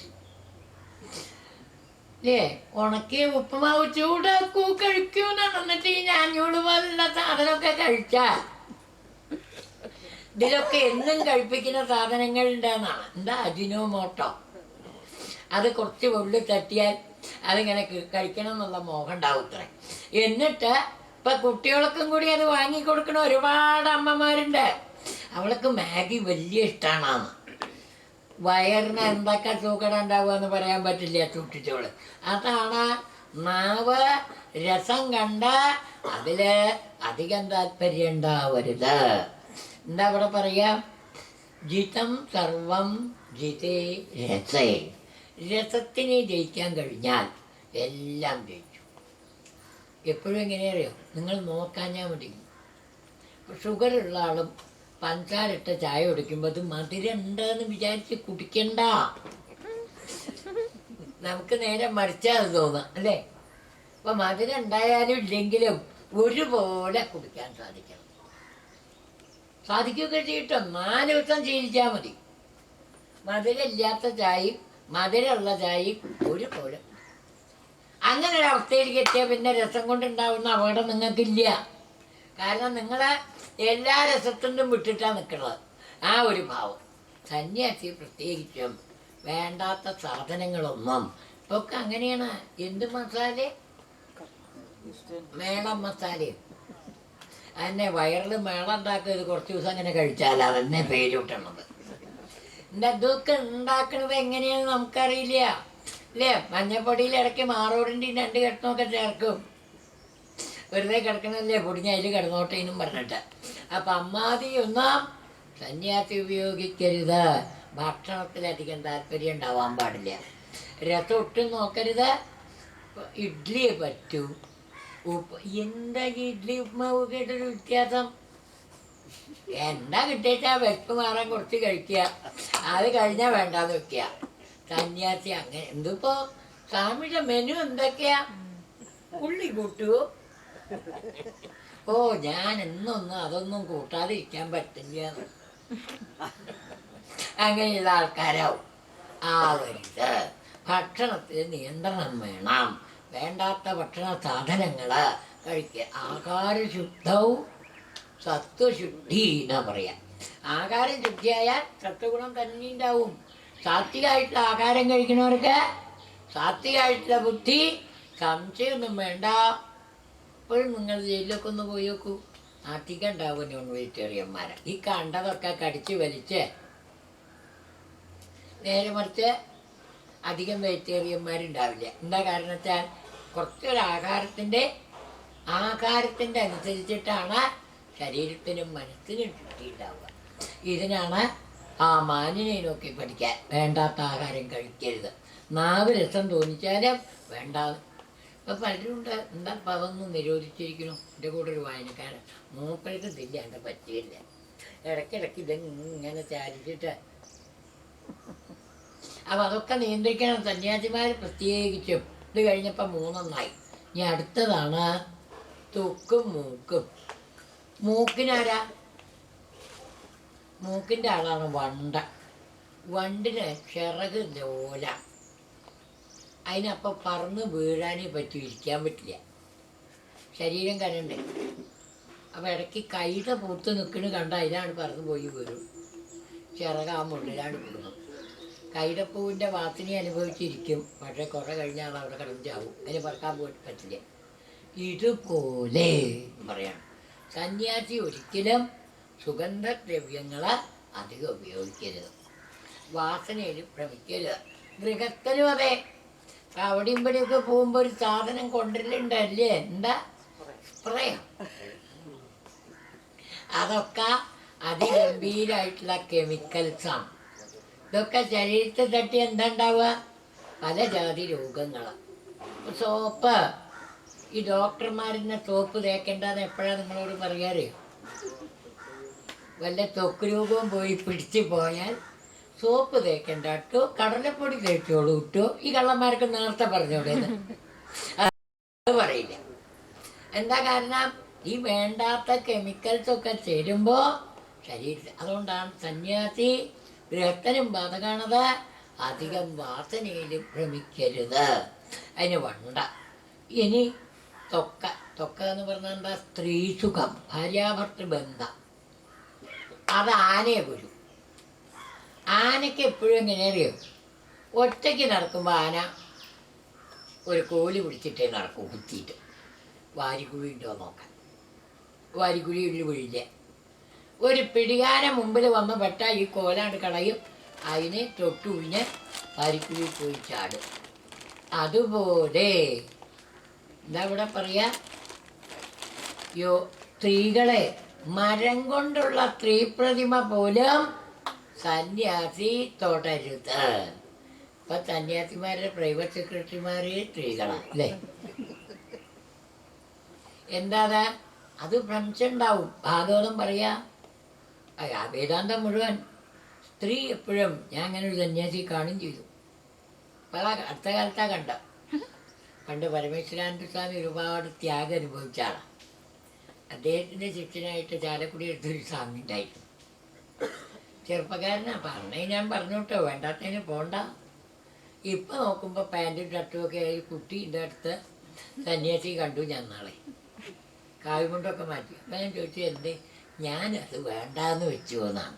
ഇതെന്താ തോന്നുമ്പോൾ വേണ്ടാന്ന് വെക്കാനും എടുക്കാനുള്ള സാധന സന്യാസം എന്തേന്ന് ചോദിച്ചപ്പോൾ ആശ്രമത്തിൽ ഒറ്റയ്ക്കായി. അപ്പുറത്തൊരു സ്ത്രീയും ഉണ്ടായിരുന്നു. അതിൻ്റെ ഭർത്താവ് മരിച്ച, അതിനൊരു കുട്ടിയുണ്ട്. കുറേ കഴിഞ്ഞപ്പോൾ ഞാൻ ഏറ്റെടുത്തു എന്നാണ്. പിന്നെ വേണ്ട. അവ എപ്പോഴും എന്താ അറിയോ? സ്ത്രീ എന്ന് പറഞ്ഞാൽ എന്താ പറയുക? ആളിക്കത്തുന്ന അഗ്നിയാണ്. പുരുഷൻ എന്ന് പറഞ്ഞാൽ നെയ്യ് നിറച്ച കുടമാണ്. രണ്ടും കൂടി എടുത്തിരുന്ന എന്താ പറയുക? കൃത കുംഭ സമ പുമാൻ. ആളിക്കത്തന്നെ ചെയ്യാം. സന്യാസി ഒരിക്കലും വരുത്. സ്ത്രീകളായിട്ടുള്ള ആ ബന്ധോ ഭാവോ ഒന്നും വരുത്. എന്താ കാരണം? വിഷയപ്പോഴാണ് മനുഷ്യനെ കുടുക്ക് ചാടിക്കുക എന്ന് പറയാൻ പറ്റില്ല. അപ്പം അതും കഴിഞ്ഞ് അപ്പം 5 ഇന്ദ്രിയങ്ങളെ നിയന്ത്രിച്ചു. ഇനി കുറെ ഗുണങ്ങൾ ഉണ്ടാവാനാണ്. ഏകാഗ്രത ഉണ്ടാവാനാണ് ഒരു കരുവാന അമ്പുണ്ടാക്കണമാണ്. ഒരുത്തനെ വിളിച്ചിട്ട് രാജാവ് പറഞ്ഞു, ഡോ മറ്റന്നാൾ യുദ്ധായി, നാളെ വൈകുന്നേരം ആകുമ്പോഴേക്കും ഒരു 10-500 അമ്പുണ്ടാക്കും. അവൻ പറഞ്ഞു, ഞാൻ വിചാരിച്ച 50 അമ്പുണ്ടാക്കാൻ പറ്റും. എന്നെ ഞാൻ കൊല്ലുന്നായിക്കോ, മര്യാദയ്ക്ക് ഉണ്ടായിക്കോന്നും പറഞ്ഞ് പേടിപ്പിച്ചു വിട്ടു. ഇവൻ പോയി അമ്പുണ്ടാക്കാൻ തുടങ്ങി. അമ്പുണ്ടാക്കുന്നതിൻ്റെ ഇടയിൽ രാജാവ് ഒരു എഴുന്നള്ളിപ്പ് ഉണ്ടായില്ലേ, കൊട്ടു ആനയൊക്കെ ആയിട്ട്. അപ്പം എല്ലാവരും പോയി നമസ്കരിക്കണം. ഇവൻ നീട്ടതേയില്ല. ഇവൻ്റെ മുമ്പ് കൂടിയാണ് പോയത്. അവൻ നീട്ടതുമില്ല, രാജാവിനെ പോയി നമസ്കരിച്ചതുമില്ല. കൊട്ടും മാറ്റിയൊക്കെ കഴിഞ്ഞ് രാജാവ് ഇവിടെ വന്നപ്പോൾ ആരാ വരാത്തത് നോക്കുമ്പോൾ ആ കരുവാൻ വന്നിട്ടില്ല എന്ന്. അപ്പോഴേക്കും വൈകുന്നേരമായി. രാജാവിൻ്റെ ആൾക്കാർ പോയി അവനോട് വരാൻ. അവൻ അപ്പോഴേക്കും 500 അമ്പുമായിട്ട് തലയിൽ വെച്ച് വരികയാണ്.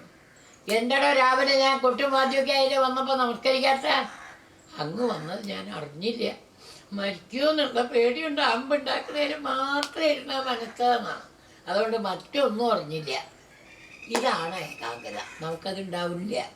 ഒരു വസ്തു എന്താ പഠിക്കാത്തത്? അതിൽ ഏകാഗ്രത ഇല്ലാഞ്ഞിട്ടാണ്. എപ്പോഴും മനസ്സ് ഏകാഗ്രമായാൽ അത് വേഗം പഠിക്കും. പണ്ടൊക്കെ അങ്ങനെ ഇത്ര ചോദിക്കുക ഗുരുനാഥന്മാരെ ഗുരുകുലത്തിലെ അണ്ടർസ്റ്റാൻഡിന് പകരം ഉള്ളിലായോ എന്ന്. ഒരു ശിഷ്യ ഇങ്ങനെ ഇരുന്ന് നോക്കണ്ട, മൂപ്പരെ ഏകാഗ്രമായിട്ട് നോക്കുന്നത് പുസ്തകത്തിൻ്റെ മുകളിലേക്കാണ്. ഒരു എലി ഇങ്ങനെ പോകുന്നുണ്ട്. ഗുരുനാഥൻ ഉള്ളിലായോ ചോദിച്ചപ്പോൾ ചാടി നീട്ട് പറഞ്ഞു, ഇല്ല വാലിപ്പോഴും പുറത്തന്നെയാണ്. അമ്മാതിരി ആവരുത്. ഏത് വിഷയമാണെങ്കിലും അതിൽ പൂർണ്ണമായിട്ട് ഇതാണ് ഈ സംസ്കൃതത്തിനുള്ള ഒരു പ്രത്യേകത. ഇന്ന് സംസ്കൃതം പഠിപ്പിക്കുമ്പോൾ പറ്റുന്നൊരു അബദ്ധമാണ്. പണ്ട് എങ്ങനെയാണെന്ന് വെച്ചാൽ ഒരു ശ്ലോകം ചൊല്ലിയാൽ ആദ്യം ആ ശ്ലോകം 2-3 പ്രാവശ്യം ഒന്ന് വിസ്തരിച്ച് ചെല്ലിപ്പിക്കും, ചെല്ലാറായോ നോക്കാൻ. പിന്നെ അതിൻ്റെ പദം മുറിക്കാൻ പറയും. പദം മുറിച്ചാൽ പിന്നെ അതിൻ്റെ അസ്ഥി രക്തപരസ്മൈപദം പ്രഥമപുരുഷനേകവചനം ശ്രീയ ഈകാരാന്തലിംഗം രട്ടീയേകവചനം എല്ലാ പദങ്ങളും കൊടുത്ത് ഒന്ന് പറയിപ്പിക്കും. അതിൻ്റെ ലകാരം വേഗം. അത് കഴിഞ്ഞിട്ടാണ് ക്രിയാപദമേത്. ഇന്നത് കണ്ടുപിടിച്ചു, എന്നിട്ട് ആരാണ് ചെയ്തത്, അങ്ങനെയാണ് അന്വയം. അന്വയം കഴിഞ്ഞാൽ പിന്നെ അന്വയാർത്ഥം. അന്വയാർത്ഥം കഴിഞ്ഞാൽ ആ വാക്കുകളുടെയൊക്കെ അർത്ഥം പരിഭാഷ. അതും കഴിഞ്ഞാൽ ഭാവാർത്ഥം. ഈ പ്രോസസ്സാണ് കഴിയുമ്പോഴേക്കും ശ്ലോകം വൈകാട്ടായിട്ട്, അല്ലെങ്കിൽ അത് പഠിച്ചിട്ടില്ല. പിന്നെ അത് ഒരു കാലത്തും മറക്കൂല. എനിക്കിപ്പോഴും 5 വയസ്സിൽ പഠിച്ച ശ്രീകൃഷ്ണവിലാസമൊക്കെ എപ്പോഴും ഓർമ്മ വരും. പക്ഷെ ഇപ്പം പഠിക്കുന്നതൊന്നും ഓർമ്മ കിട്ടുന്നില്ല. അതെന്തേ കാരണം? ഇതുകൊണ്ടാണ്. മറ്റത് അന്ന് ഇങ്ങനെ പഠിച്ച ആ ശ്ലോകം എന്നും തലയിൽ നിൽക്കും. അതിനാണ് ആ പ്രോസസ്. അതാ ഏകാഗ്രത. അത് ഏകാഗ്രത വളർത്താൻ സംസ്കൃതത്തിൽ മാത്രമേ ഉള്ളൂ ആ ഒരു പ്രോസസ്. അതുകൊണ്ടാണ് പണ്ട് അതിനൊക്കെ ചില വിൽപ്പത്തി ആയോ എന്നാ ചോദിക്കുക. അത്യാവശ്യം വിൽപ്പത്തി ആയാൽ നീ മഹാകാവ്യങ്ങളിലേക്കൊക്കെ കിടക്കാം എന്നും പറഞ്ഞിട്ടാ പോവുക. ആ ഭാഷ പഠിപ്പിക്കുന്നതിൻ്റെ ഗുണമെന്നാലും ഇന്നിപ്പോൾ അതില്ല. അതുകൊണ്ട് എന്തുണ്ട്, ഉള്ള സംസ്കൃതത്തിൻ്റെ കാര്യം കൂടി കട്ടായിട്ടാണ് കിടക്കുന്നത്. അപ്പോൾ എപ്പോഴും ഏകാഗ്രത ഉണ്ടാവുക അതിന്. ഇനി വേറെ ചില ഉദാഹരണങ്ങളാണ്. അതായത് വൈരാഗ്യം. പിങ്കളെ എന്താ പിങ്കളൊക്കെ? പിങ്കൾ ഒരു വേശ്യാസ്ത്രീ. മിഥിലയിലാണ് താമസം. മിഥിലയിൽ വേശ്യാസ്ത്രീ ഉണ്ടാവാനേ പാടില്ല, കാരണം ഒക്കെ ആത്മജ്ഞാനികളുടെ നാടാണ്. പക്ഷെ അവിടെ ശരീരം വിറ്റ് ഒരു 10-50 വയസ്സ് വരെയൊക്കെ വയസ്സായപ്പോഴും ആരെങ്കിലും വരുന്നും വിചാരിച്ച് ഒരു രാത്രി കാത്തിരിക്കുകയാണ്. നേരം 10 മണിയായി, ആരും കാണാനില്ല. അപ്പോഴാണ് അവിടെ ശ്രീരാമൻ്റെ ഒരു ഫോട്ടോ ഓടിയിട്ടു. അത് അബദ്ധത്തിൽ എലി വെട്ടിയിട്ട് എന്തോ താഴ്ത്തക്കാൻ ചാടി. ഈ നിരാശ വന്ന് നിൽക്കണ പിങ്കളാ ഓടിപ്പോയിട്ട് ആ ഫോട്ടോ കൊണ്ടെടുത്തു. ഭഗവാനെ ഒന്ന് നോക്കി. പിങ്കളയ്ക്ക് അപ്പം ഒരു ബോധം വന്നു എന്നാണ്. എന്താ? സ്വന്തം സമീപേ രമണം രതിപ്രദം വിത്തപ്രദം നിത്യമിമം വികായ.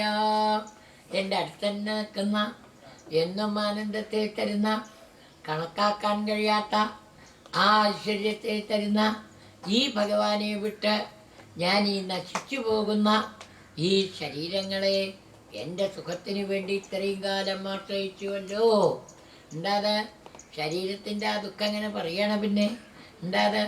നവദ്വാരങ്ങളിൽ കൂടി ക്ഷരന്നവദ്വാരമകാരമേതൽ പെൺമൂത്രപൂർണം മധുവൈദികന്യ അന്യാക്കാ. എനിക്ക് അബദ്ധം പറ്റി. കാരണം ഏത് ദ്വാരത്ത് കൂടി നോക്കിയാലും മാലിന്യം മാത്രം ഒഴുകണതാ ശരീരം അല്ലേ? അതിലാണ് പുരുഷൻ്റെ ശരീരത്തിൽ നിന്ന് ആനന്ദം കിട്ടും, സ്ത്രീകളുടെ ശരീരത്തിൽ നിന്ന് ആനന്ദം. ഈ വിവാഹം കഴിക്കുമ്പോഴേ അവളുടെ കണ്ണാണ് എന്നെ ഏറ്റവും ആകർഷിച്ചതെന്നൊക്കെ പറഞ്ഞിട്ട് വിവാഹമൊക്കെ കഴിച്ച് ഇയാളൊക്കെ കണ്ണ് വലിയ കാണാൻ ഇട്ടാന്നും പറഞ്ഞ് രാവിലെ നീട്ട് മുഖം കഴുകാതെ കണ്ണ് കാണിച്ചു കൊടുക്കാൻ പോയി ആ പെടയെ കിട്ടുക പോയി മുഖം കഴുകി വാ അല്ലേ? എൻ്റെ കണ്ണിന്ന് മാലിന്യാണ്. ഒരു ജലദോഷം എവിടെയെങ്കിലും പിടിച്ചാൽ മതി, മൂക്ക് പിന്നെ അടുത്തേക്ക് അടുക്കാൻ പാടില്ലേണ്ടാവും.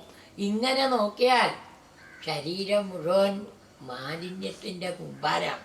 ആ ശരീരത്തിനെ സുഖിപ്പിക്കാനല്ലേ ഞാൻ ഇത്രയും കാലം ശ്രമിച്ചത്. ഇനി എനിക്ക് വേണ്ട, എനിക്ക് ആഗ്രഹങ്ങളില്ല. അന്ന് രാത്രി പിങ്കള സുഖമായിട്ട് ഉറങ്ങിയെന്ന ഒറ്റ മുദ്രാവാക്യത്തിനെ വിളിച്ചിട്ടുള്ളൂ. എന്താ? ആചാഹി പരമം ദുഃഖം നൈരാശ്യം പരമം സുഖം. ലോകത്തിലെ ഏറ്റവും വലിയ ദുഃഖം തരുന്നത് ഏതാ? ആഗ്രഹമാണ്. ഏറ്റവും സുഖം എന്താ? ഡെസ്പറേഷൻ അല്ല കേട്ടോ ഈ നിരാശ എന്ന് പറഞ്ഞാൽ അർത്ഥം. ഇവിടെയൊക്കെ ഇപ്പം അങ്ങനെ ധരിച്ചു വെച്ചിരിക്കണതേ. വീട്ടുകാരൻ അങ്ങനെ തർജ്ജമ ചെയ്യും. നിർഗത ആശ വ്യത്യാസ നിരാശ. ആശയില്ലാത്ത ആളെ എന്ത് പറയേണ്ടത്? നിരാശ എന്ന് പറയേണ്ടത്. ആഗ്രഹങ്ങളില്ലേണ്ടാവുക. ഈ ആഗ്രഹങ്ങളാണ് നമ്മളെ ദുഃഖത്തിലേക്ക് എത്തിക്കുന്നത്. അത് പിങ്കളെ നോക്കി പഠിക്കാം. ഇനി ചെറിയ കുട്ടികളെ നോക്കി പഠിക്കാണ്ട് ഉള്ളത് തുറന്ന് പറയും അവർ അല്ലേ? നമ്മളങ്ങനെയല്ല. ഇടയ്ക്ക് ആളുടെ മുഖത്ത് അയാളോട് എങ്ങനെ അങ്ങനെ വെട്ടി തുറന്ന് ഞാൻ പറയുക, അങ്ങനൊരു ഭാവമുള്ളവരാ. ചെറിയ കുട്ടികൾ അങ്ങനെയില്ല. എന്നെ നല്ല രണ്ട് ചെറിയ കുട്ടികളും മറത്ത് നിൽക്കുന്നുണ്ട്. അപ്പോൾ ഞാനും കുറച്ച് ആളുമുണ്ട്. അടുക്കളയിൽ നിന്ന് കുറച്ച് മാങ്ങ പൂണ്ട് കൊണ്ടിട്ടേന്ന് ചോദിച്ചു. കുട്ടികൾ എടുത്ത് കഴിക്കാം. അമ്മ ഇപ്പം കൊണ്ടുവരുന്ന അവിടെ ഒരുപാട് ആളുണ്ടെന്ന് ഉറക്കാണ്ട് പറഞ്ഞു. നമ്മൾ സ്വകാര്യം പോയിട്ടേ പറയുള്ളൂ അല്ലേ? അവ എപ്പോഴും എന്താറിയോ, ആ ചെറിയ കുട്ടികളെ പോലെ കാപ്പാടുണ്ടാവരുത്. ഉള്ളത് തുറന്ന് പറയാൻ എപ്പോഴും സാധിക്കണം. അതാണ് കുട്ടികളെ നോക്കി പഠിക്കുക. ആർജവം അത് പഠിക്കുക. ഇത് കഴിഞ്ഞ് ഇനി കുമാരി, വിവാഹം കഴിയാത്തൊരു പെൺകുട്ടി. അപ്പം അവളെ വീട്ടിൽ അച്ഛനും അമ്മയും അവിടെ പാർട്ടിക്ക് പോയിരിക്കുക. അപ്പോഴാ ചിലർ കയറി വന്നു വീട്ടിൽ. ഇവിടെ ഇരിക്കാൻ പറഞ്ഞു. എന്താ വന്നതെന്നൊക്കെ ചോദിച്ചപ്പോൾ ഇവിടെ ഒരു പെൺകുട്ടി ഉണ്ട്, വിവാഹത്തിന് അച്ഛനും അമ്മയും ഇപ്പോൾ വരും, നിങ്ങൾ ഇരിക്കുന്നു പറഞ്ഞ് അവിടെ ഇരുത്തി. അവൾ ഇവർക്ക് കാപ്പി വയ്ക്കാൻ പോയി. കാപ്പി വയ്ക്കാൻ പോയപ്പോൾ ഒന്നുമില്ല കൊടുക്കാൻ. അപ്പോഴാണ് അപ്പുറത്ത് കുറച്ച് അവില് കിടക്കുന്നുണ്ട്. നെല്ല് ഉണക്കിയിട്ട്, അതായത് ഉണക്കാട്ടിട്ടുള്ള നെല്ലുണ്ട്. അത് വറുത്ത് അവിലിടിച്ചടേ. അവൾ വേഗം ആ നെല്ല് കുറച്ചെടുത്ത് വറുത്ത് അവിലിടിക്കാൻ തുടങ്ങി. അവിലിടിക്കാൻ തുടങ്ങിയപ്പോൾ ഇവൾക്കൊരു കുഴപ്പം. എന്താ അറിയോ, കയ്യിൽ നല്ല കുപ്പിവെള്ളം ഒരുപാട് ഇട്ടിട്ടുണ്ട്. കിലും ഇങ്ങനെ കിലുങ്ങുക. അപ്പം അവൾക്ക് സംശയമായി, ഞാൻ അവിലിടിക്കണമെന്ന് ഇപ്പം അവരറിയില്ലേ? അവരറിയണ്ട. അതിനെന്താ അവൾ ചെയ്ത? വള ഇങ്ങനെ ഊരി വെച്ചു. 2 വളയിട്ട് കുത്തിയപ്പോഴും ശബ്ദം ഉണ്ടായി. 1 വളയിട്ട് കുത്തിയപ്പോൾ ശബ്ദം ഉണ്ടായില്ല. അതൊന്ന് ഞാനൊരു പാഠം പഠിച്ചു എന്ന് പറയണം. എന്താ അത്? എപ്പോഴും സന്യാസി ഒറ്റയ്ക്കാണ് നല്ലത്. ആത്മനിഷ്ഠന്മാരും അതെ. അതാണ് വിവിക്ത ക്ഷേമ സേവനം എന്ന് പറയാൻ കാരണം. 2 ആൾ കൂടിയാൽ, ഇപ്പം ഈ ഒറ്റയ്ക്ക് ഞാൻ കിടക്കണതിന് എന്തുകൊണ്ടറിയോ? നാവിന് കുറച്ച് റെസ്റ്റ് കിട്ടും. 2 ആൾ കൂടിയാൽ 10 ആളെങ്കിലും റിമാർക്ക് പറയാണ്ടിരിക്കില്ല, കുറ്റവും പറയാണ്ടിരിക്കില്ല. അതുകൊണ്ട് ഒറ്റയ്ക്കാവുമ്പോൾ പറയാൻ പറ്റില്ലല്ലോ. അപ്പം അതാണ് സന്യാസി എപ്പോഴും ഒറ്റയ്ക്ക്. 2 സന്യാസി ഉണ്ടായാൽ പിന്നെ ബഹളവും വരും. ഞാനാകാമൻ നെയ്യാകാമൻ. അപ്പം എപ്പോഴും എന്തേ പാടൂ? സന്യാസി ഒറ്റയ്ക്ക്. ആത്മനിഷ്ഠയ്ക്കും സത്സംഗം ഒഴികെ ബാക്കിയൊക്കെ ഒറ്റയ്ക്കാണ് നല്ലത്. ഇപ്പോൾ തീർത്ഥയാത്രയ്ക്ക് പോകുമ്പോഴും കൂടി ഒറ്റയ്ക്ക് പോകാൻ നല്ലത്. അല്ലെങ്കിൽ ഇപ്പോൾ സ്വാമിമാരൊക്കെ കൊണ്ടുപോകുന്നുണ്ട് ഇല്ലേ? ഇതന്നെയാണ് അതട്ടോ പോവുക, അതന്നെയാണ് അതട്ടോ. അപ്പം എപ്പോഴും ഒറ്റയ്ക്കാണ് നല്ലത് ആത്മീയ കാര്യങ്ങൾക്ക്. ഇപ്പോൾ ഭാഗവതം വായിക്കുകയാണ്. ഇപ്പോൾ നാരായണീയൻ സെറ്റുണ്ട്. സെറ്റിലും പലർക്കും എന്താ വിചാരം അറിയോ? മറ്റുള്ളവർ വായ്മ ഇങ്ങനെ തെറ്റി വായിക്കൊണ്ടാ എൻ്റെ വായനയും കൂടി തെറ്റണതേ എന്നാണ്. അയമ്മ ശ്രദ്ധിക്കാത്തോണ്ടാ. ഇത് കാണുന്നതാണ്. ഈ സെറ്റിനെ ആ സെറ്റിനെ കണ്ടുകൂടെ?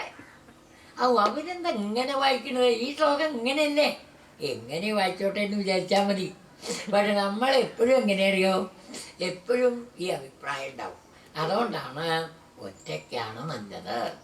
സത്സംഗം മാത്രമേ ഒന്നായിട്ട് പാടും. ധ്യാനം എന്താ? കൂട്ട മെഡിറ്റേഷനോ? അതൊരു മെഡിറ്റേഷനും ഉണ്ടാവില്ല, കൂട്ട് തന്നെ ഉണ്ടാവുള്ളൂ മെഡിറ്റേഷൻ അല്ലേ? എന്താ കാരണം? ആർക്കും അതിന് സാധിക്കില്ല. അപ്പം ഏകാന്തത്തിലിരിക്കുകയാണോ വിചാരിക്കുക, സാധിച്ചു എന്നും വരും. ഒന്നാലോ കുറച്ച് നേരമെങ്കിലും നിങ്ങൾക്ക് അത് സാധിക്കും. അപ്പം അതാണ് ആ കുമാരിയെ നോക്കി പഠിക്കുക. സന്യാസി എപ്പോഴും ഒറ്റയ്ക്ക്. ഗൃഹസ്ഥനും ആത്മകാര്യത്തിലൊക്കെ ഇങ്ങനത്തെ കാര്യങ്ങളാണ്. അമ്പലത്തിൽ പോവുക, രണ്ടാൾ കൂടി പോയാൽ പെട്ടു. എന്തേ? ധാരാളം ചോദിക്കണത് കേൾക്കാം. പ്രദക്ഷിണം വയ്ക്കാം. ഇന്ന് രാവിലെ എന്താ പുട്ടും കടലയും? അമ്പലത്തിൽ പ്രദക്ഷിണം വയ്ക്കുമ്പോഴാണ് ഈ പറച്ചിലുണ്ടാവുന്നത്. ഇല്ല, എത്ര ആളുണ്ട് അങ്ങനെയുള്ളവരെ. അപ്പം അതിനാണ് ക്ഷേത്രകാര്യങ്ങളിൽ അമ്പലത്തിൽ പോകുമ്പോൾ ഒറ്റയ്ക്ക് പോകാൻ നല്ലത്. വേറൊരാളെ തുണക്കി കൂട്ടിയാൽ അങ്ങനത്തെ വർത്തമാനങ്ങൾ ഉണ്ടാവും.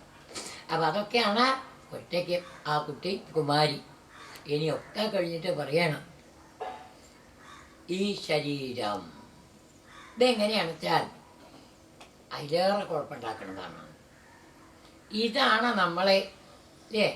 അതിനൊരു ഉദാഹരണം ഭാഗവത്ത് പറയാം. ബഹ്വ സപജ്ഞൈവ ഏകപതിം യുനന്തി. ഈ പ്രാണൻ ശരീരത്തിൽ നിന്നിട്ട് കണ്ണ് അത് കാണണമെന്ന് പറയും, ചെവി അത് കേൾക്കണം എന്ന് പറയും, നാവ് അത് രസിക്കണം എന്ന് പറയും. ഇങ്ങനെ ഓരോന്നുമായിട്ട് എപ്പോഴും മനസ്സിലുണ്ടാവാൻ പോണത് അനവധി വിവാഹം കഴിച്ച ഒരു ഭർത്താവിനെ പോലെ. സ്വാമി അങ്ങനെ ഒരു കഥ പറയുമ്പോണ്ടേ, ഇത് വെക്കതാവാൻ നല്ല കഥ കേട്ടോ. എടക്കഴിയിൽ നിന്ന് ഒരുത്തൻ തൃശ്ശൂർ പോയി ജോലി ചെയ്ത് വരുന്നു. 4 ദിവസം ബസ്സിലൊക്കെ കയറി തിരക്കിയപ്പോഴൊക്കെ അവനാകെ ഇങ്ങനെയായി. അപ്പം ഏതോ ചുറ്റുമുള്ളവരൊക്കെ പറഞ്ഞു, എന്തിനാടെ കുട്ടാ നീ ഇങ്ങനെ തൃശ്ശൂർ പോയി? അവിടെ ഒരു വീടൊക്കെ എടുത്ത് താമസിച്ച് ഒരു കല്യാണമൊക്കെ കഴിച്ച് ഒരു സ്ത്രീയും കൊണ്ടാണ്ട് പോയാൽ ഓവന് തോന്നി ശരിയെന്നും പറഞ്ഞു. ഇവൻ്റെ വിവാഹമൊക്കെ കഴിച്ച് പറഞ്ഞയച്ചു. അവൻ തൃശ്ശൂർ വാടകയ്ക്ക് വീടൊക്കെ എടുത്ത് താമസമായി. 1 മാസം കഴിഞ്ഞിങ്ങോട്ട് വന്നു.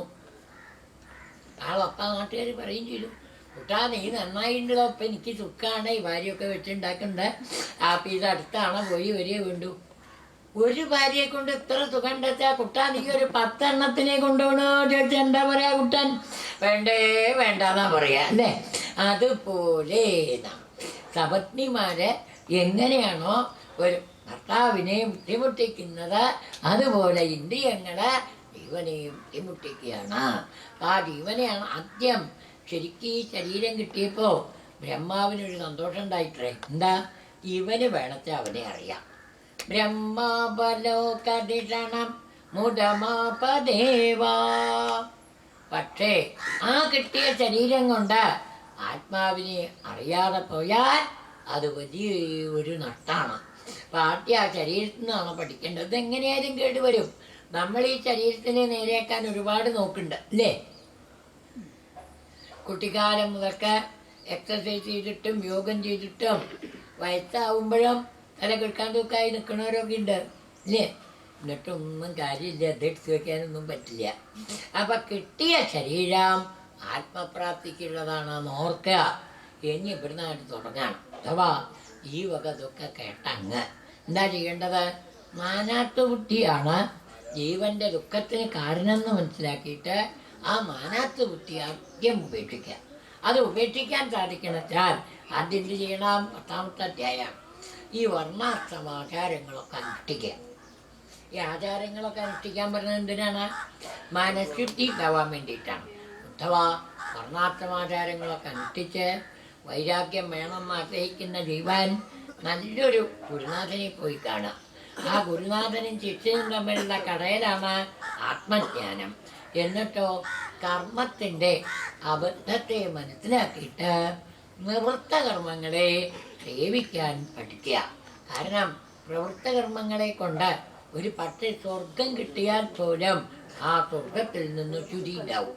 നിവൃത്തകർമ്മങ്ങളെ കൊണ്ട് നാനാത്വബുദ്ധി ഇല്ലാതായി ആത്മഭാവത്തെ പ്രാപിക്കുകയും ചെയ്യാം.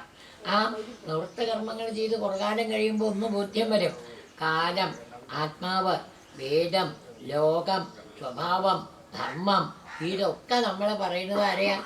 ഏകവും സച്ചിദാനന്ദവുമായ ബ്രഹ്മത്തെയാണ്. ആ ബ്രഹ്മം തന്നെയാണ് പ്രപഞ്ചമായിട്ട് വിളങ്ങുന്നത്. അത് കാണാതിരിക്കുന്നത് എന്തുകൊണ്ടാണ്? ഈ ത്രിഗുണങ്ങളുടെ വ്യാപ്തി കൊണ്ടാണ് ഉത്തവ. അപ്പം ആ ത്രിഗുണങ്ങളെ ഇല്ലാണ്ടേക്കാനാണ് ഗുരുനാഥനെ ശുശ്രൂഷിച്ച് ഈ നിവൃത്തകർമ്മങ്ങളെ അനുഷ്ഠിക്കുക. അപ്പം ഉത്തമൻ പറഞ്ഞു, ഭഗവാൻ ഈ ദേഹത്തു നിന്നാണല്ലോ ത്രിഗുണങ്ങൾ ഉണ്ടാവുക. ആ ഗുണങ്ങൾ എങ്ങനെയാ ജീവനെ ബാധിക്കാതിരിക്കുക? ജീവൻ എപ്പോഴും ആ ത്രിഗുണഭാവം ഉണ്ടാവില്ലേ? അപ്പം അങ്ങ് പറഞ്ഞു ത്രിഗുണങ്ങളിൽ നിന്ന് വിടണമെന്ന്. ത്രിഗുണങ്ങളിൽ നിന്ന് വിട്ട ജീവന്റെ ലക്ഷണം എന്താ? ത്രിഗുണങ്ങളിൽ ബദ്ധനായ ജീവന്റെ ലക്ഷണം എന്താ? അതാണ് 11ാമത്തെ അധ്യായത്തിൽ. ബദ്ധോ മുക്ത ഇതി വ്യാഖ്യ ഗുണത്തോ മേ ന വസ്തുത. പരമാർത്ഥത്തിൽ ആത്മാവിന് ബന്ധത്വമില്ല, മുക്തിയില്ല. ബന്ധിക്കപ്പെട്ട ഒരു സാധനത്തിനല്ലേ മുക്തി അന്വേഷിക്കേണ്ടു. ആത്മാവ് സർവതന്ത്ര സ്വതന്ത്രനാണ്. എന്നാ പിന്നെ ആർക്കാ ഈ ബന്ധത്വവും മുക്തത്വവും ഉണ്ടാവണത്? ഞാൻ അത് പറയണം. അത് ജീവനാണ്. ജീവൻ എന്ത് ചെയ്യണോ?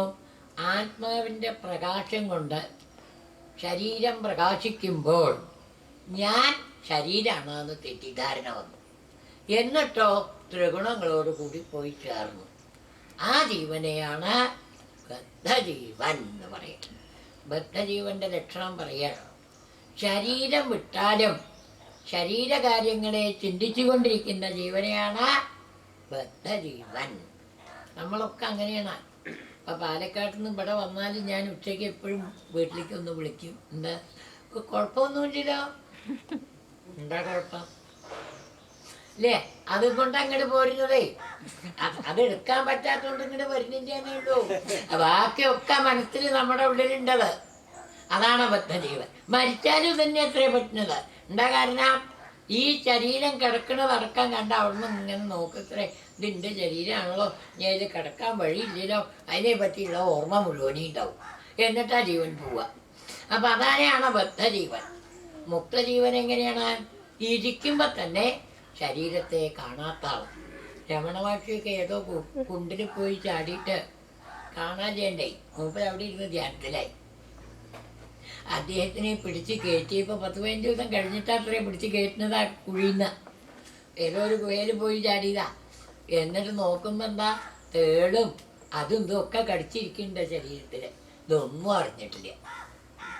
അതാണ് ശരീരത്തിലിരിക്കുമ്പോഴും ശരീരത്തിനെ അറിയാത്ത ജീവൻ.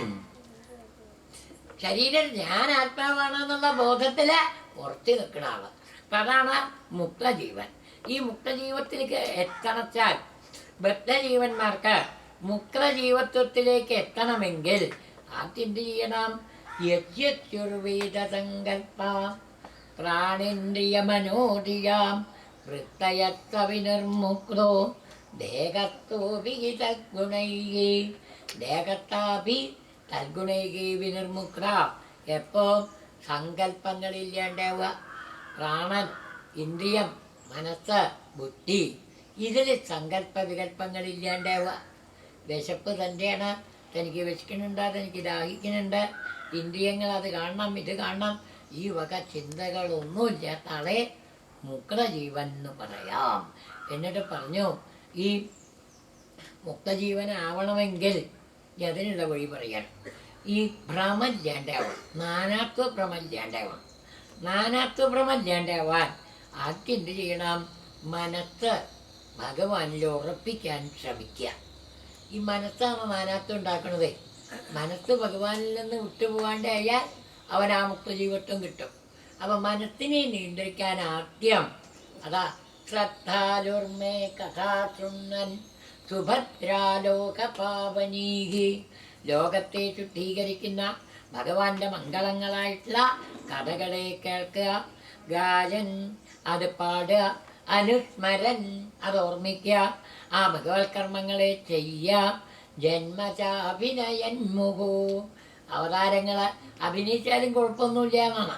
അപ്പോൾ ഈ ശ്രീകൃഷ്ണൻ്റെ വേഷമൊക്കെ കിട്ടുന്നതൊക്കെ ഇടയ്ക്ക് നല്ലതാണ്. കാരണം എന്താ അറിയോ? വെറും അടിത്തട്ട് കിടക്കുന്ന ജീവന് തൽക്കാലെങ്കിലും ഇതാണ് നമ്മുടെ നാട്ടിൽ പാലക്കാട്ടൊക്കെ ഒരു കളി.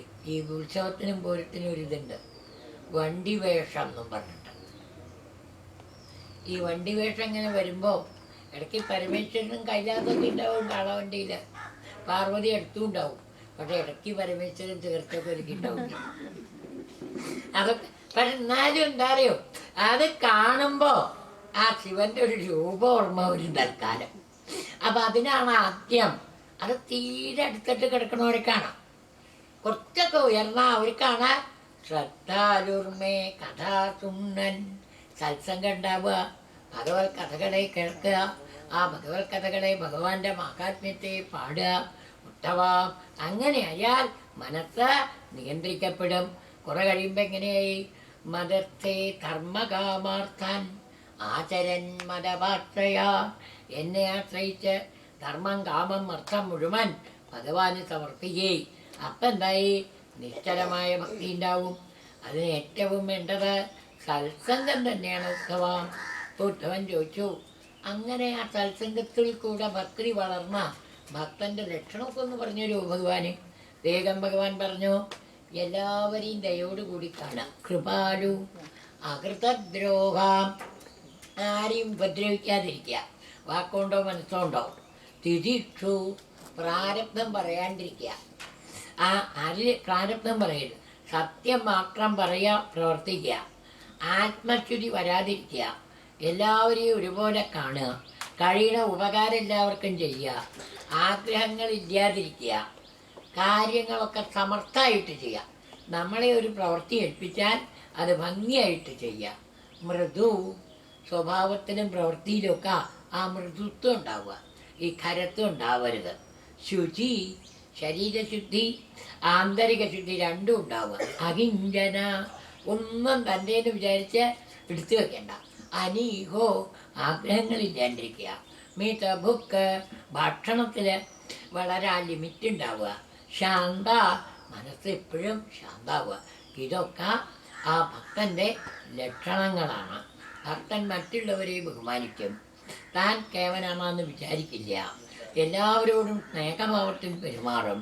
ഇതൊക്കെ വളർന്ന ഈ ഗുണങ്ങളൊക്കെ വളർന്നു വിചാരിക്കുക, ഭക്തി വളരുണ്ട് എന്ന് വിചാരിക്കാം. ഇനി ആ ഭക്തിയെ വളർത്താനുള്ള വഴികളും പറഞ്ഞു കൊടുക്കുക. ക്ഷേത്രങ്ങളിൽ പോവുക, ഭക്തന്മാരെ നമസ്കരിക്കുക, ആ ഭക്തന്മാരിൽ നിന്ന് ഈശ്വര കഥകളൊക്കെ കേൾക്കുക, ക്ഷേത്രകാര്യങ്ങൾക്ക് എന്തെങ്കിലുമൊക്കെ ചെയ്യാൻ പറ്റിച്ചാൽ ചെയ്യുക, ഭഗവാന്റെ നാമങ്ങളും ഗുണകർമ്മങ്ങളും ഒക്കെ വാഴ്ത്തുക, എന്ത് തനിക്കുണ്ടോ അത് ഭഗവാന് സമർപ്പിക്കാൻ കഴിയുക. ദാസ്യേന ആത്മനിവേദനം, താൻ ഭഗവാന്റെ ഒരു ദാസനാണ്, തന്നെ തന്നെ ഭഗവാൻ സമർപ്പിക്കുക. ജാംഷഡ്പൂർ പോയപ്പോൾ ഒരു അമ്പലം കണ്ടു, ടാറ്റയുടെ ഏക്കർ കണക്കിന് സ്ഥലമുണ്ട്, ശ്രീകൃഷ്ണൻ്റെ അമ്പലം. ഒരര ഏക്കർ സ്ഥലത്ത് ആ ഒരു പൂന്തോട്ടം ഉണ്ടാക്കിയിരിക്കുക. ആ അമ്പലത്തിലേക്ക് വേണ്ട പൂവൊക്കെ അവിടെ അവരെന്നെ നനയ്ക്കും. ടൈം ടേബിൾ ഇട്ടിരിക്കുക, ഇന്ന ദിവസം അമ്പലത്തിലെ പണി ചെയ്തോളണം. അമ്പലത്തിന് വേണ്ടിയിട്ട് വാഴ കുറവച്ചുണ്ട്, വാഴയും പഴവും ആ അമ്പലത്തിലേക്ക് വേണ്ടതൊക്കെ അവിടുന്ന്. അപ്പം ഇതൊക്കെ എന്താ ദാസ്യം? ഭഗവാന്റെ ഒരു ദാസനാണ് ഞാൻ. ഭഗവത് കാര്യങ്ങൾ ഭംഗിയായിട്ട് നടക്കാൻ ഇതൊക്കെ ചെയ്യണം. ഇതാണ് ആ ദാസ്യം എന്ന് പറയുന്നത്. അത് നല്ലതാണെന്നാ പറയാം. ക്ഷേത്ര അംബരീഷനെ പറയുമ്പോൾ അടിച്ചൂരിലും തുടക്കലും ഭാരതീയരും രാജീയരും ഒന്നും അല്ല അത്ര അംബരീഷനാണ്. അമ്പലം അടിച്ചൂര തുടക്കുക ഒക്കെ ഇതൊക്കെ നല്ലതാണെന്ന്. ക്ഷേത്ര കാര്യങ്ങൾ, അതുപോലെ ഈശ്വര കാര്യങ്ങൾ ഒക്കെ ഭംഗിയായിട്ട് ചെയ്യുക. പിന്നെയോ ഈ ഇടയ്ക്ക് നല്ല സ്ഥലങ്ങളിലേക്കൊക്കെ പോവുക. 3 തരം ദീക്ഷ സ്വീകരിക്കുക. വൈദികി ദീക്ഷ, താന്ത്രികി ദീക്ഷ, ശൈവി ദീക്ഷ എന്നൊക്കെ പറഞ്ഞ് 3 ദീക്ഷയുണ്ട്. എന്താ? നല്ലൊരു ഗുരുനാഥനോട് ഇത് ഏതെങ്കിലും മന്ത്രമൊക്കെ ഉപാസിക്കാൻ പഠിക്കുക. എന്നിട്ടോ ക്ഷേത്രകാര്യങ്ങളിൽ നല്ല താല്പര്യം ഉണ്ടാവുക. അവനവനെ ഒറ്റയ്ക്ക് വെച്ചാൽ എല്ലാവരെയും കൂട്ടിയിട്ട്, അതാണ് സംഹത്യ ചോദ്യമാണ്. അപ്പോൾ കമ്മിറ്റിയൊക്കെ ഉണ്ടാക്കി ക്ഷേത്രകാര്യങ്ങളൊക്കെ നടക്കണം എന്നുള്ള. എന്നിട്ടോ ഉദ്യാനം, പൂന്തോട്ടം, അതുപോലെ തന്നെ മറ്റ് ഉപവനം ഉദ്യാനം തമ്മിലുള്ള വ്യത്യാസം. ഉദ്യാനം പൂന്തോട്ടവും ഉപവനം വേണ്ട സാധനങ്ങൾ അതിനുള്ളതാണ്. അതായത് അമ്പലത്തിലേക്ക് അത്യാവശ്യം വേണ്ട പഴങ്ങൾ, അതൊക്കെ ഉണ്ടാക്കുന്ന തോട്ടത്തിനെയാണ് ഉപവനം എന്ന് പറയാം. സംസ്കൃതത്തിൻ്റെ പ്രത്യേകതയാണ്, ഓരോന്നിനും ഓരോ പേരാണ്. എന്നാൽ അതിൽ വലിയ മരങ്ങളൊന്നും ഉണ്ടാവില്ല, നല്ല മധുരമുള്ള ചെറുപഴങ്ങളൊക്കെയുള്ള തോട്ടങ്ങളാണ് ഉപവനം. നാരകം, അതുപോലെ നെല്ലി, അതൊക്കെ ഉണ്ടാവും. അതൊക്കെ ഉപവനമാണ്. അതൊക്കെ ഉണ്ടാക്കുക, അമ്പലം അടിക്കുക, തുടയ്ക്കുക, എന്നിട്ടോ തൻ്റെ കേമത്വം കാണിക്കാതിരിക്കുക, ഭഗവാന്റെ വിളക്കത്തിരുന്ന് തൻ്റെ ഒരു കാര്യവും നടത്താൻ, അതായത് അത്രയും ഈശ്വര കാര്യത്തിനുള്ളതാണ് തൻ്റെ സമ്പത്ത് എന്ന് വിചാരിക്കുക, ഭഗവത് സമ്പത്ത് തനിക്കുള്ളതാണെന്ന് വിചാരിക്കാണ്ടിരിക്കുക. ഇങ്ങനെയൊക്കെ ആയാൽ ഭക്തി വർദ്ധിക്കും. എന്നിട്ട് പറഞ്ഞു, കുട്ടവാ, ഈ സാഖ്യയോഗവും ജ്ഞാനയോഗം കൊണ്ടൊന്നും എന്നെ പിടിക്കാൻ കിട്ടില്ല. ഏറ്റവും അധികം ആത്മപ്രാപ്തിക്ക് നല്ലത് സത്സംഗവും അതുപോലെ തന്നെ ആ ഭാവങ്ങളുമാണ്. നോക്കൂ, എത്ര ആൾക്കാർ എന്നെ പ്രാപിച്ചിട്ടുണ്ട്.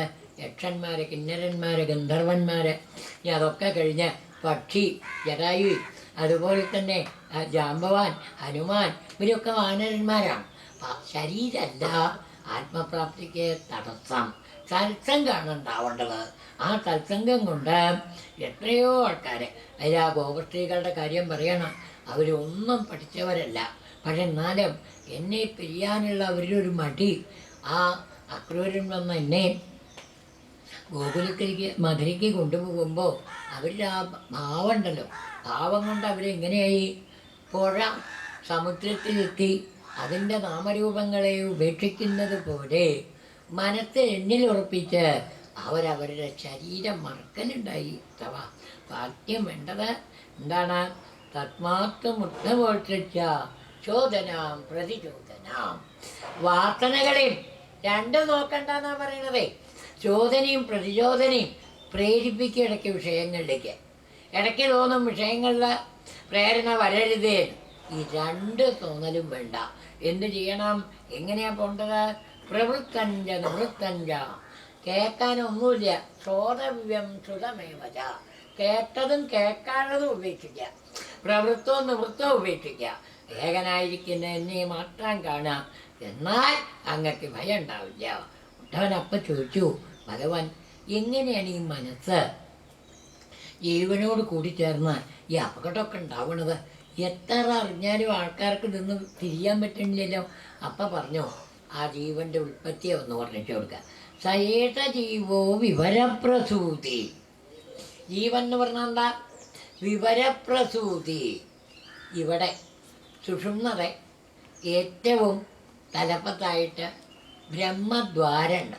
ഈ ശാസ്ത്രാരം വളരുന്ന അത് കൂടിയാണ് ജീവൻ അറിവിനോട് കൂടിയിട്ട് ബ്രഹ്മഭാവവും കർമ്മവാസനകളും കൂടിയിട്ട് മൂലാധാരത്തിലെത്തുന്ന ഇത് കൂടിയാണ് ബ്രഹ്മദണ്ഡ് എന്നാണ് അതിന് പറയുക. ബ്രഹ്മദണ്ഡിൻ്റെ മുകൾ ഭാഗത്ത് കൂടി ജീവൻ എവിടെ എത്തും? മൂലാധാരത്തിലെത്തും. പ്രാണൻ്റെ അടിസ്ഥാനമാണ് മൂലാധാരം എന്നാണ് പറയുക. അതായത് ഇങ്ങനെ ഇരിക്കുമ്പോൾ ഏത് ഭാഗം നിങ്ങളുടെ നിലത്ത് തട്ടുന്നുണ്ടോ അതാണ് മൂലാധാരം. ആ മൂലാധാരത്തിലെത്തിയിട്ടുള്ള പ്രാണൻ അവിടുന്ന് മെല്ലെ ഈ അറിവോട് കൂടിയിട്ട്, അപ്പോഴാണ് പ്രാണൻ എന്ന് പറയുക, ജീവനും അറിവും കൂടി ചേർന്നു. അത് മെല്ലെ ഉയരുമ്പോൾ അതിനൊരു 4-5 പേരുണ്ട്. പര, മധ്യമ, പശ്യന്തി, വൈഖരി. 4 പേര്. അതെന്താ? പര എന്ന് പറഞ്ഞാൽ എന്താന്ന് പറയാൻ പറ്റില്ല. എന്നാ അറിവുണ്ടേ, ആ അറിവ് അവിടെ നോക്കും. കുറച്ച് ഉയർന്നാൽ മധ്യമ. എന്താ കാരണം? സങ്കല്പങ്ങളെ കൊണ്ട് നെയ്യ് ഒഴിച്ചാൽ തീ എങ്ങനെയാണോ കത്തിപ്പിടിക്കാൻ തുടങ്ങുന്നത്, അതുപോലെ ഈ പര എന്താവും? മധ്യമം. അതായത് അറിവ് സങ്കല്പങ്ങളോട് കൂടി ചേരി. അവിടുന്ന് അതെന്ത് ചെയ്യും? രജോ ഗുണത്തിൻ്റെ വിജൃംഭണം കൊണ്ട് പശ്യന്തി, കണ്ഠമൂലത്തിലെത്തും. എന്താ പശ്യന്തി? വാക്കിനൊക്കെ നല്ല അർത്ഥം. കാണാൻ തുടങ്ങി. തൻ്റെ സുഖത്തിനുള്ളത് ഇന്നത്, തൻ്റെ ദുഃഖത്തിനുള്ളത് ഇന്നത് എന്ന കാണൽ വന്നു. ആ കാണൽ വന്നതോട് കൂടിയിട്ട് മുകളിലേക്ക് ഉയർന്ന് പോകേണ്ടതിന് പകരം ആ ഞാൻ എന്ത് ചെയ്യണോ? വായെ കൂടി പുറത്തേക്ക് എത്തി ശബ്ദമായിട്ട്. അതിനാണ് വൈഖരി. കേൾക്കാൻ കഴിയുന്ന എന്താ അതിൻ്റെ അർത്ഥം? ശബ്ദവും അറിവും സംസ്കൃതത്തിലും ഒന്നാണ്. നമ്മുടെ അറിവാണ് പ്രപഞ്ച വസ്തുക്കളായിട്ട് അപ്പം കഥയിലല്ല സത്യം, കഥയില എങ്ങനെയാണെന്നുള്ള അറിവാണ്. അതുകൊണ്ട് അത് കണ്ട കഥയിലാണെന്ന് തോന്നുന്നത്. ഇതാണ് ആത്മീയത്തിൻ്റെ ഒരു ഗുണം. വ്യക്തിയിലാണ് എന്ത് പറയണത്, സത്യത്തിൻ്റെ നിൽപ്പ് വർണ്ണിക്കുന്നത്. ഈ വ്യക്തിയുടെ അറിവ് പുറമേ പോകുമ്പോൾ അതും ഇതുമായിട്ട് പ്രകാശിക്കണം. അതൊക്കെ തൻ്റെ അറിവാണ് എന്നുള്ള ബോധം ഉണ്ടായാൽ, പ്രജ്ഞാനം ബ്രഹ്മ എന്ന ബോധം ഉണ്ടായാൽ പിന്നെ സംസാരമില്ല. അപ്പോൾ ഉത്തമൻ ചോദിച്ചു, ഭഗവാന് അതിനെന്താ ചെയ്യുക? നമുക്കൊക്കെ ഈ ബദ്ധത്വം വരാണ്ടിരിക്കില്ലല്ലോ, അറിവ് ഇങ്ങനെ വികസിക്കാണ്ടിരിക്കില്ല, പുറമേക്ക് പോകാണ്ടിരിക്കില്ല. അപ്പം അതിനെന്താ ചെയ്യുക? അപ്പം അതുകൊണ്ടാണ് ആ അറിവിനെ ശുദ്ധാക്കാൻ ഭഗവാൻ ഒരു കാര്യം പറഞ്ഞു. സത്വം രജസ് തമസ്, ഇത് അറിവിൻ്റെ 3 രൂപങ്ങളും കൂടിയാണ്. ഗുണം എന്ന് പറഞ്ഞാൽ തന്നെ എന്താ പറയുക, അറിവിൻ്റെ 3 രൂപം.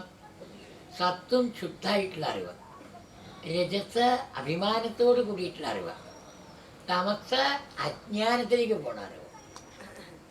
അപ്പം ഈ 3 ഗുണങ്ങളാണ് ഒരു ജീവൻ സംസാരത്തിൽ കിടന്നുറയ്ക്കണം. അപ്പം അതിനെന്ത് ചെയ്യണം? ഈ അജ്ഞാനസ്വരൂപമായ അറിവിനെ ആദ്യം രാജസായിട്ട് അഭിമാനസ്വരൂപമായ കർമാക്കിയിട്ട് മാറ്റണം. അഭിമാനസ്വരൂപമായ കർമ്മം ശുദ്ധജ്ഞാനായിട്ട് മാറണം. അതാണ് സത്വം. അതിനുള്ള വഴി എന്താ അറിയോ? അതും പറഞ്ഞു കൊടുക്കുകയാണ്. 10 സംസ്കാരങ്ങൾ ഒരാളുടെ ശുദ്ധിക്ക് ഏറ്റവും നല്ലതാണ്. ഏതൊക്കെയാണ്? അയാൾ പഠിക്കുന്ന, അയാൾക്ക് കിട്ടുന്ന അറിവ്. ആഗമോപ പ്രജാദേശ കാലകർമ്മ. ആഗമം നല്ലത് മാത്രം പഠിക്കുക, എന്നാൽ സത്വഗുണം വർദ്ധിക്കും. ഈ സത്വഗുണം വർദ്ധിച്ച ആ സത്വഗുണം കൊണ്ട് ആ സത്വം ഇല്ലാണ്ട് പോകും. അത് നല്ലത് മാത്രം. ഈ ആഗമം എന്ന് പറഞ്ഞാൽ എന്താ? അറിവുണ്ട് 3 വിധം. അജ്ഞാനായിട്ടുള്ള പ്രപഞ്ചകാര്യങ്ങളുടെ അറിവുണ്ട്. പേപ്പർ എടുത്ത് രാവിലെ വായിച്ചാൽ 15 എണ്ണം അവിടെ പോയി, 25 എണ്ണം ഇവിടെ പോയി. അതൊക്കെ അജ്ഞാനായിട്ടുള്ള അറിവാണ്. അതൊന്ന് മനസ്സിനെ വിടർത്തിയിട്ട് അഭിമാനമായിട്ടുള്ള അറിവുണ്ട്. അഭിമാനം നമുക്ക് തോന്നുന്നത് ഇപ്പം ഈ എക്കണോമിക്സും ഷെയർ വിപണിയും നിങ്ങൾക്ക് നിഫ്റ്റി ഇത്രയാവുമ്പോൾ നിക്ഷേപിക്കാം, അല്ലെങ്കിൽ അതിലൊക്കെ ഉള്ള അറിവാണ് രാജസായിട്ടുള്ള അറിവ്. അതൊന്നും വിട്ടിട്ട് ഇതൊന്നും വേണ്ട, അഭിമാനത്തെ ഇല്ലാണ്ടാക്കുന്ന അറിവ്, അതാണ് ശരിയായിട്ടുള്ള അറിവ്. അത് പഠിക്കുക. വേദോ വേദാന്തോ പുരാണങ്ങൾ, അതാണ് ആഗമം. അത് സാത്വികാക്കുക. അപ്പം വെള്ളം സാത്വികാക്കുക. എന്താ ഈ വെള്ളം സാത്വികം? ഇന്നിപ്പോൾ അത് കിട്ടിയില്ല. എന്ത് വെള്ളം കിട്ടുക? ആ കുപ്പിയിൽ നിറച്ചതേ അല്ലേ? അതിന് പകരം പണ്ട്, അതുകൊണ്ടാണ് ഈ അമ്പലത്തിലെ കിണറിന് മണിക്കിണർ എന്നൊരു പേരുണ്ട്. അതിൻ്റെ അടുത്ത് പോയിട്ട് ശാന്തിക്കാർക്കും കഴകക്കാർക്കും അല്ലാതെ ഒരൊറ്റ കുട്ടിയെ വെള്ളം കോരാനും സമ്മതിക്കില്ല പണ്ട്. എൻ്റെ കാരണം, മനസ്സിന് വേണ്ടാത്ത ചിന്തയോടുകൂടി വെള്ളത്തിൻ്റെ അടുത്ത് നിന്നാൽ ആ ചിന്ത വെള്ളത്തിനെ പ്രാപിക്കുന്ന. വേണ്ടാത്ത ഭക്ഷണം കഴിച്ച ഒരാൾ അതിൻ്റെ അടുത്ത് പോയി നിന്നാൽ അതിൻ്റെ ദുഷിച്ച ഭാവം വെള്ളത്തിനെ ബാധിക്കും. വെള്ളം എപ്പോഴും ഈ മന്ത്രം അടുത്ത് നിൽക്കുന്ന ആള് ഇവരെയൊക്കെ ഭാവത്തെ സ്വീകരിക്കുന്നത്. അതുകൊണ്ടാണ് ഈ മന്ത്രമൊക്കെ വെള്ളത്തിലേക്ക് അധികം.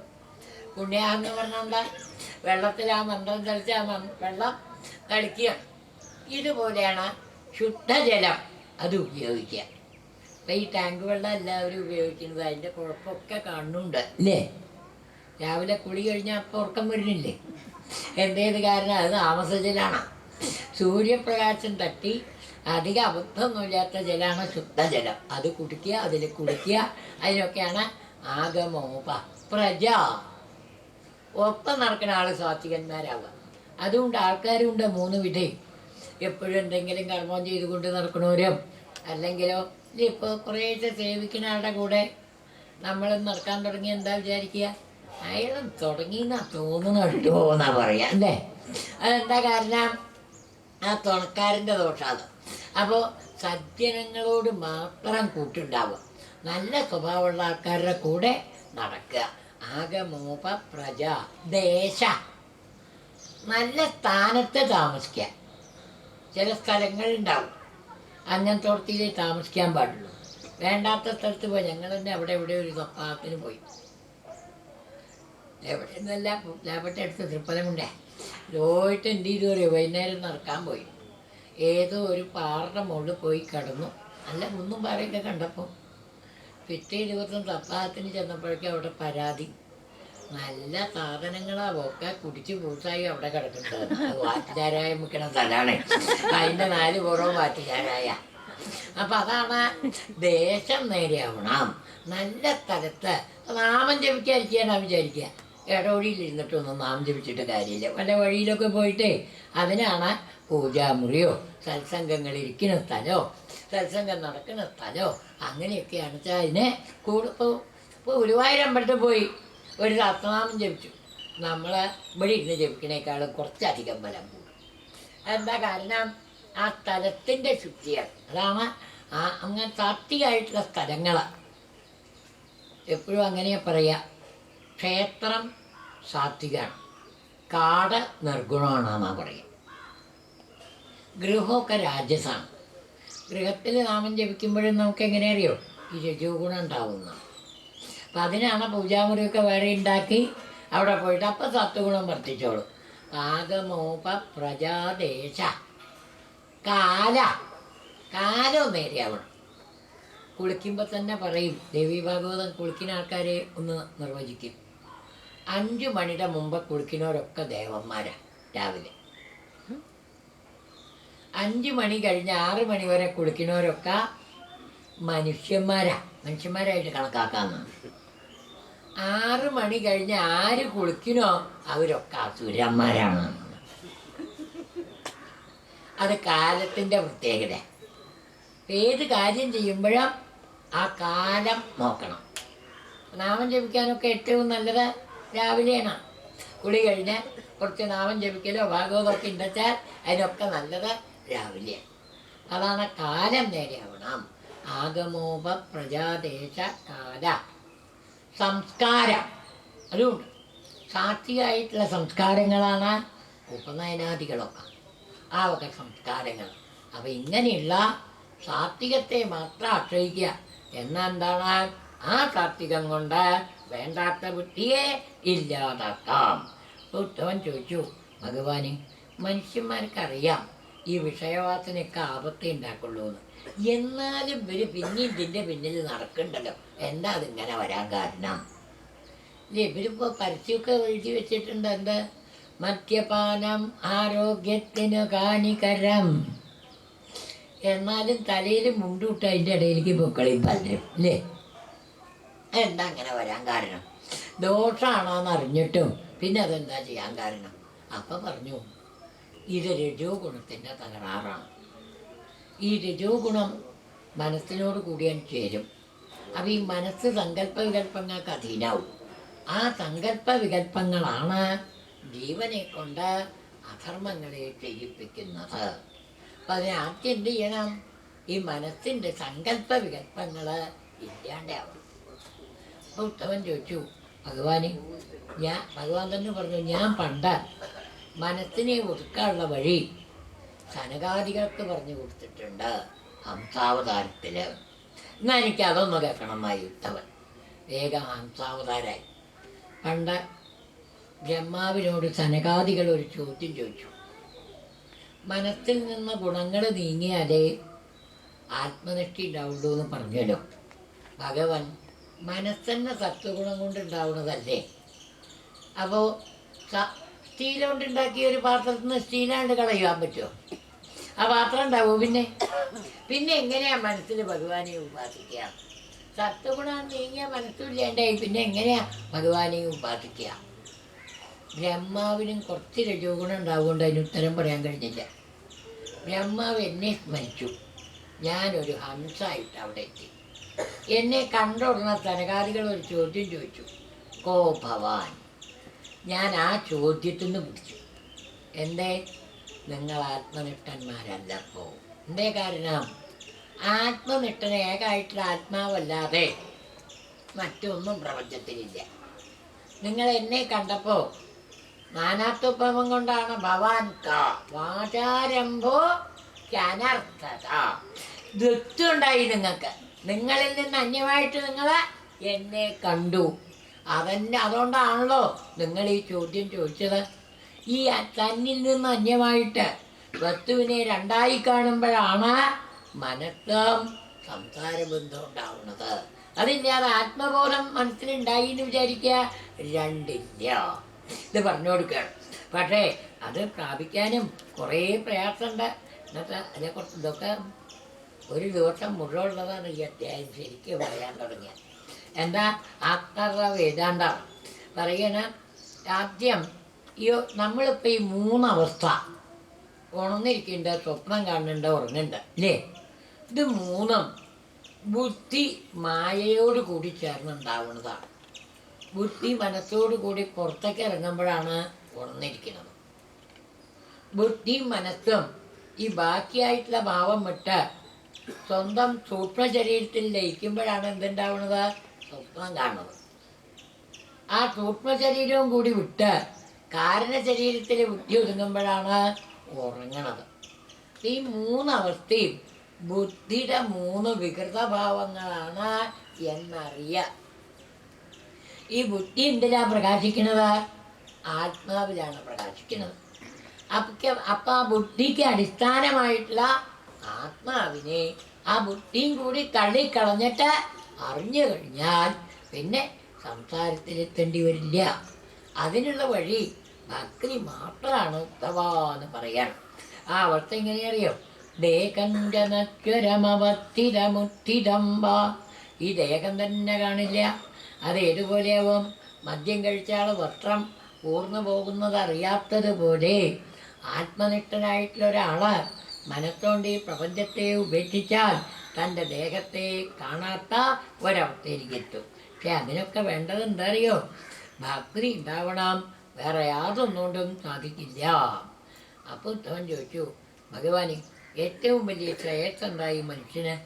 ഒരധ്യായം മുഴുവൻ ഭക്തിയുടെ മാഹാത്മ്യം പറഞ്ഞു കൊടുക്കുകയാണ്. നിരപേക്ഷമായിട്ടുള്ള ഭക്തി. ന പാരമേത്യം നമകിന്ദധിഷ്ണ്യം ന സാർവഭൗമം നരസാധിപത്യം. ഈ ഒന്നും ഭഗവാനോട് ചോദിക്കാതെ മയാ സന്തുഷ്ട മനസ സർവ സുഖമയ ദിശ. ഭഗവാനെ കൊണ്ട് സന്തോഷിക്കാൻ കഴിഞ്ഞാൽ അവന് എല്ലാ ദിക്കുകളും ശുദ്ധായി. അങ്ങനെ ഒരു ഭക്തനെ എത്തിയാൽ ഞാൻ ആ ഭക്തൻ്റെ പിന്നിൽ നടക്കട്ടെ. എന്തിനാണ് ഭഗവാൻ നടക്കുന്നത്? അവൻ അവൻ്റെ പാദരേണുക്കളെ കൊണ്ട് എനിക്ക് ശുദ്ധി തരും എന്ന് പറയാണ്. ഈ നല്ലോണം വിറക് കത്തിയാൽ അഗ്നി ആ വിറകിനെ ഭസ്മാക്കണില്ലേ? അതുപോലെ എന്നിൽ മാത്രം ഉറപ്പിച്ച ഭക്തി ഉദ്ധവാ പാപവാസനകളെ ഇല്ലേണ്ടേക്കാം, കർമ്മവാസനകളെ ഇല്ലേണ്ടേക്കാം. ആ ഭക്തിയാണ് വളരേണ്ടത്. ഭക്തിയുടെ ലക്ഷണവും പറയാണ്. കഥം വിനാ രോമഘട്ടം ദ്രവതാചേതസാവിനാം. ദ്രവിക്കുന്ന ഹൃദയത്തോടു കൂടി രോമാഞ്ചം കൊണ്ട് ആനന്ദാശ്രുക്കളും പൊഴിച്ച് ഭഗവാനെ ഭജിക്കാൻ ഒരു ഭക്തന് കഴിഞ്ഞാൽ അവൻ ജീവിതം കൃതാർത്ഥമായി കഴിഞ്ഞു. പക്ഷേ ഇതിന് ഏറ്റവും വലിയ തടസ്സം എന്താ അറിയോ? ഈ പ്രപഞ്ചകാര്യങ്ങളോടുള്ള സംഘമാണ്. അതിനെ ആദ്യം ഉപേക്ഷിക്കണം. എന്താ? പ്രപഞ്ചകാര്യങ്ങളോടുള്ള സംഘം വിട്ട് മനസ്സ് ഭഗവാനിൽ ഉറക്കുക. ആ ബുദ്ധിയിൽ ഭഗവത് സ്വരൂപമല്ലാതെ ഒന്നും കാണരുത്. അപ്പോൾ ഉദ്ധവൻ ചോദിച്ചു, ഭഗവാനെ അതാണല്ലോ ധ്യാനം, ബുദ്ധിയിൽ ഭഗവാനെ ഉറപ്പിക്കല്. ആ ധ്യാനം ഒന്ന് പറഞ്ഞുതരോ? ഭഗവാൻ വേഗം കുറച്ച് വരികളില്ല നീണ്ടെന്ന് പറഞ്ഞിരിക്കുക. ആദ്യം സമ ആസന ആസീന സമക്കായ ശിരോഗ്രീവം ഗീതയിലും. എന്നിട്ടോ 2 കൈയും മടിയിൽ വയ്ക്കുക. ആ മടിയിൽ വെച്ചിട്ട് കണ്ണുകൊണ്ട് ഭ്രൂമധ്യത്തിലേക്ക് നോക്കാൻ ശ്രമിക്കുക. ആ ഭ്രൂമധ്യത്തിലേക്ക് നോക്കാനുള്ള വഴിയാണ്. അതിന് ചില വിദ്യയൊക്കെ ഉണ്ട്. ഇങ്ങനെ 2 വിരൽ ഇവിടെ പിടിക്കുക. എന്നിട്ട് ഈ വിരലുകൊണ്ട് ഇങ്ങനെ മൂക്ക് മുട്ടിയിട്ട് പ്രാണായാമത്തിനുള്ള ഒരുക്കം തുടങ്ങുക. ആദ്യം ആ പ്രാണായാമം പൂരകം, കുംഭകം, രേചകം.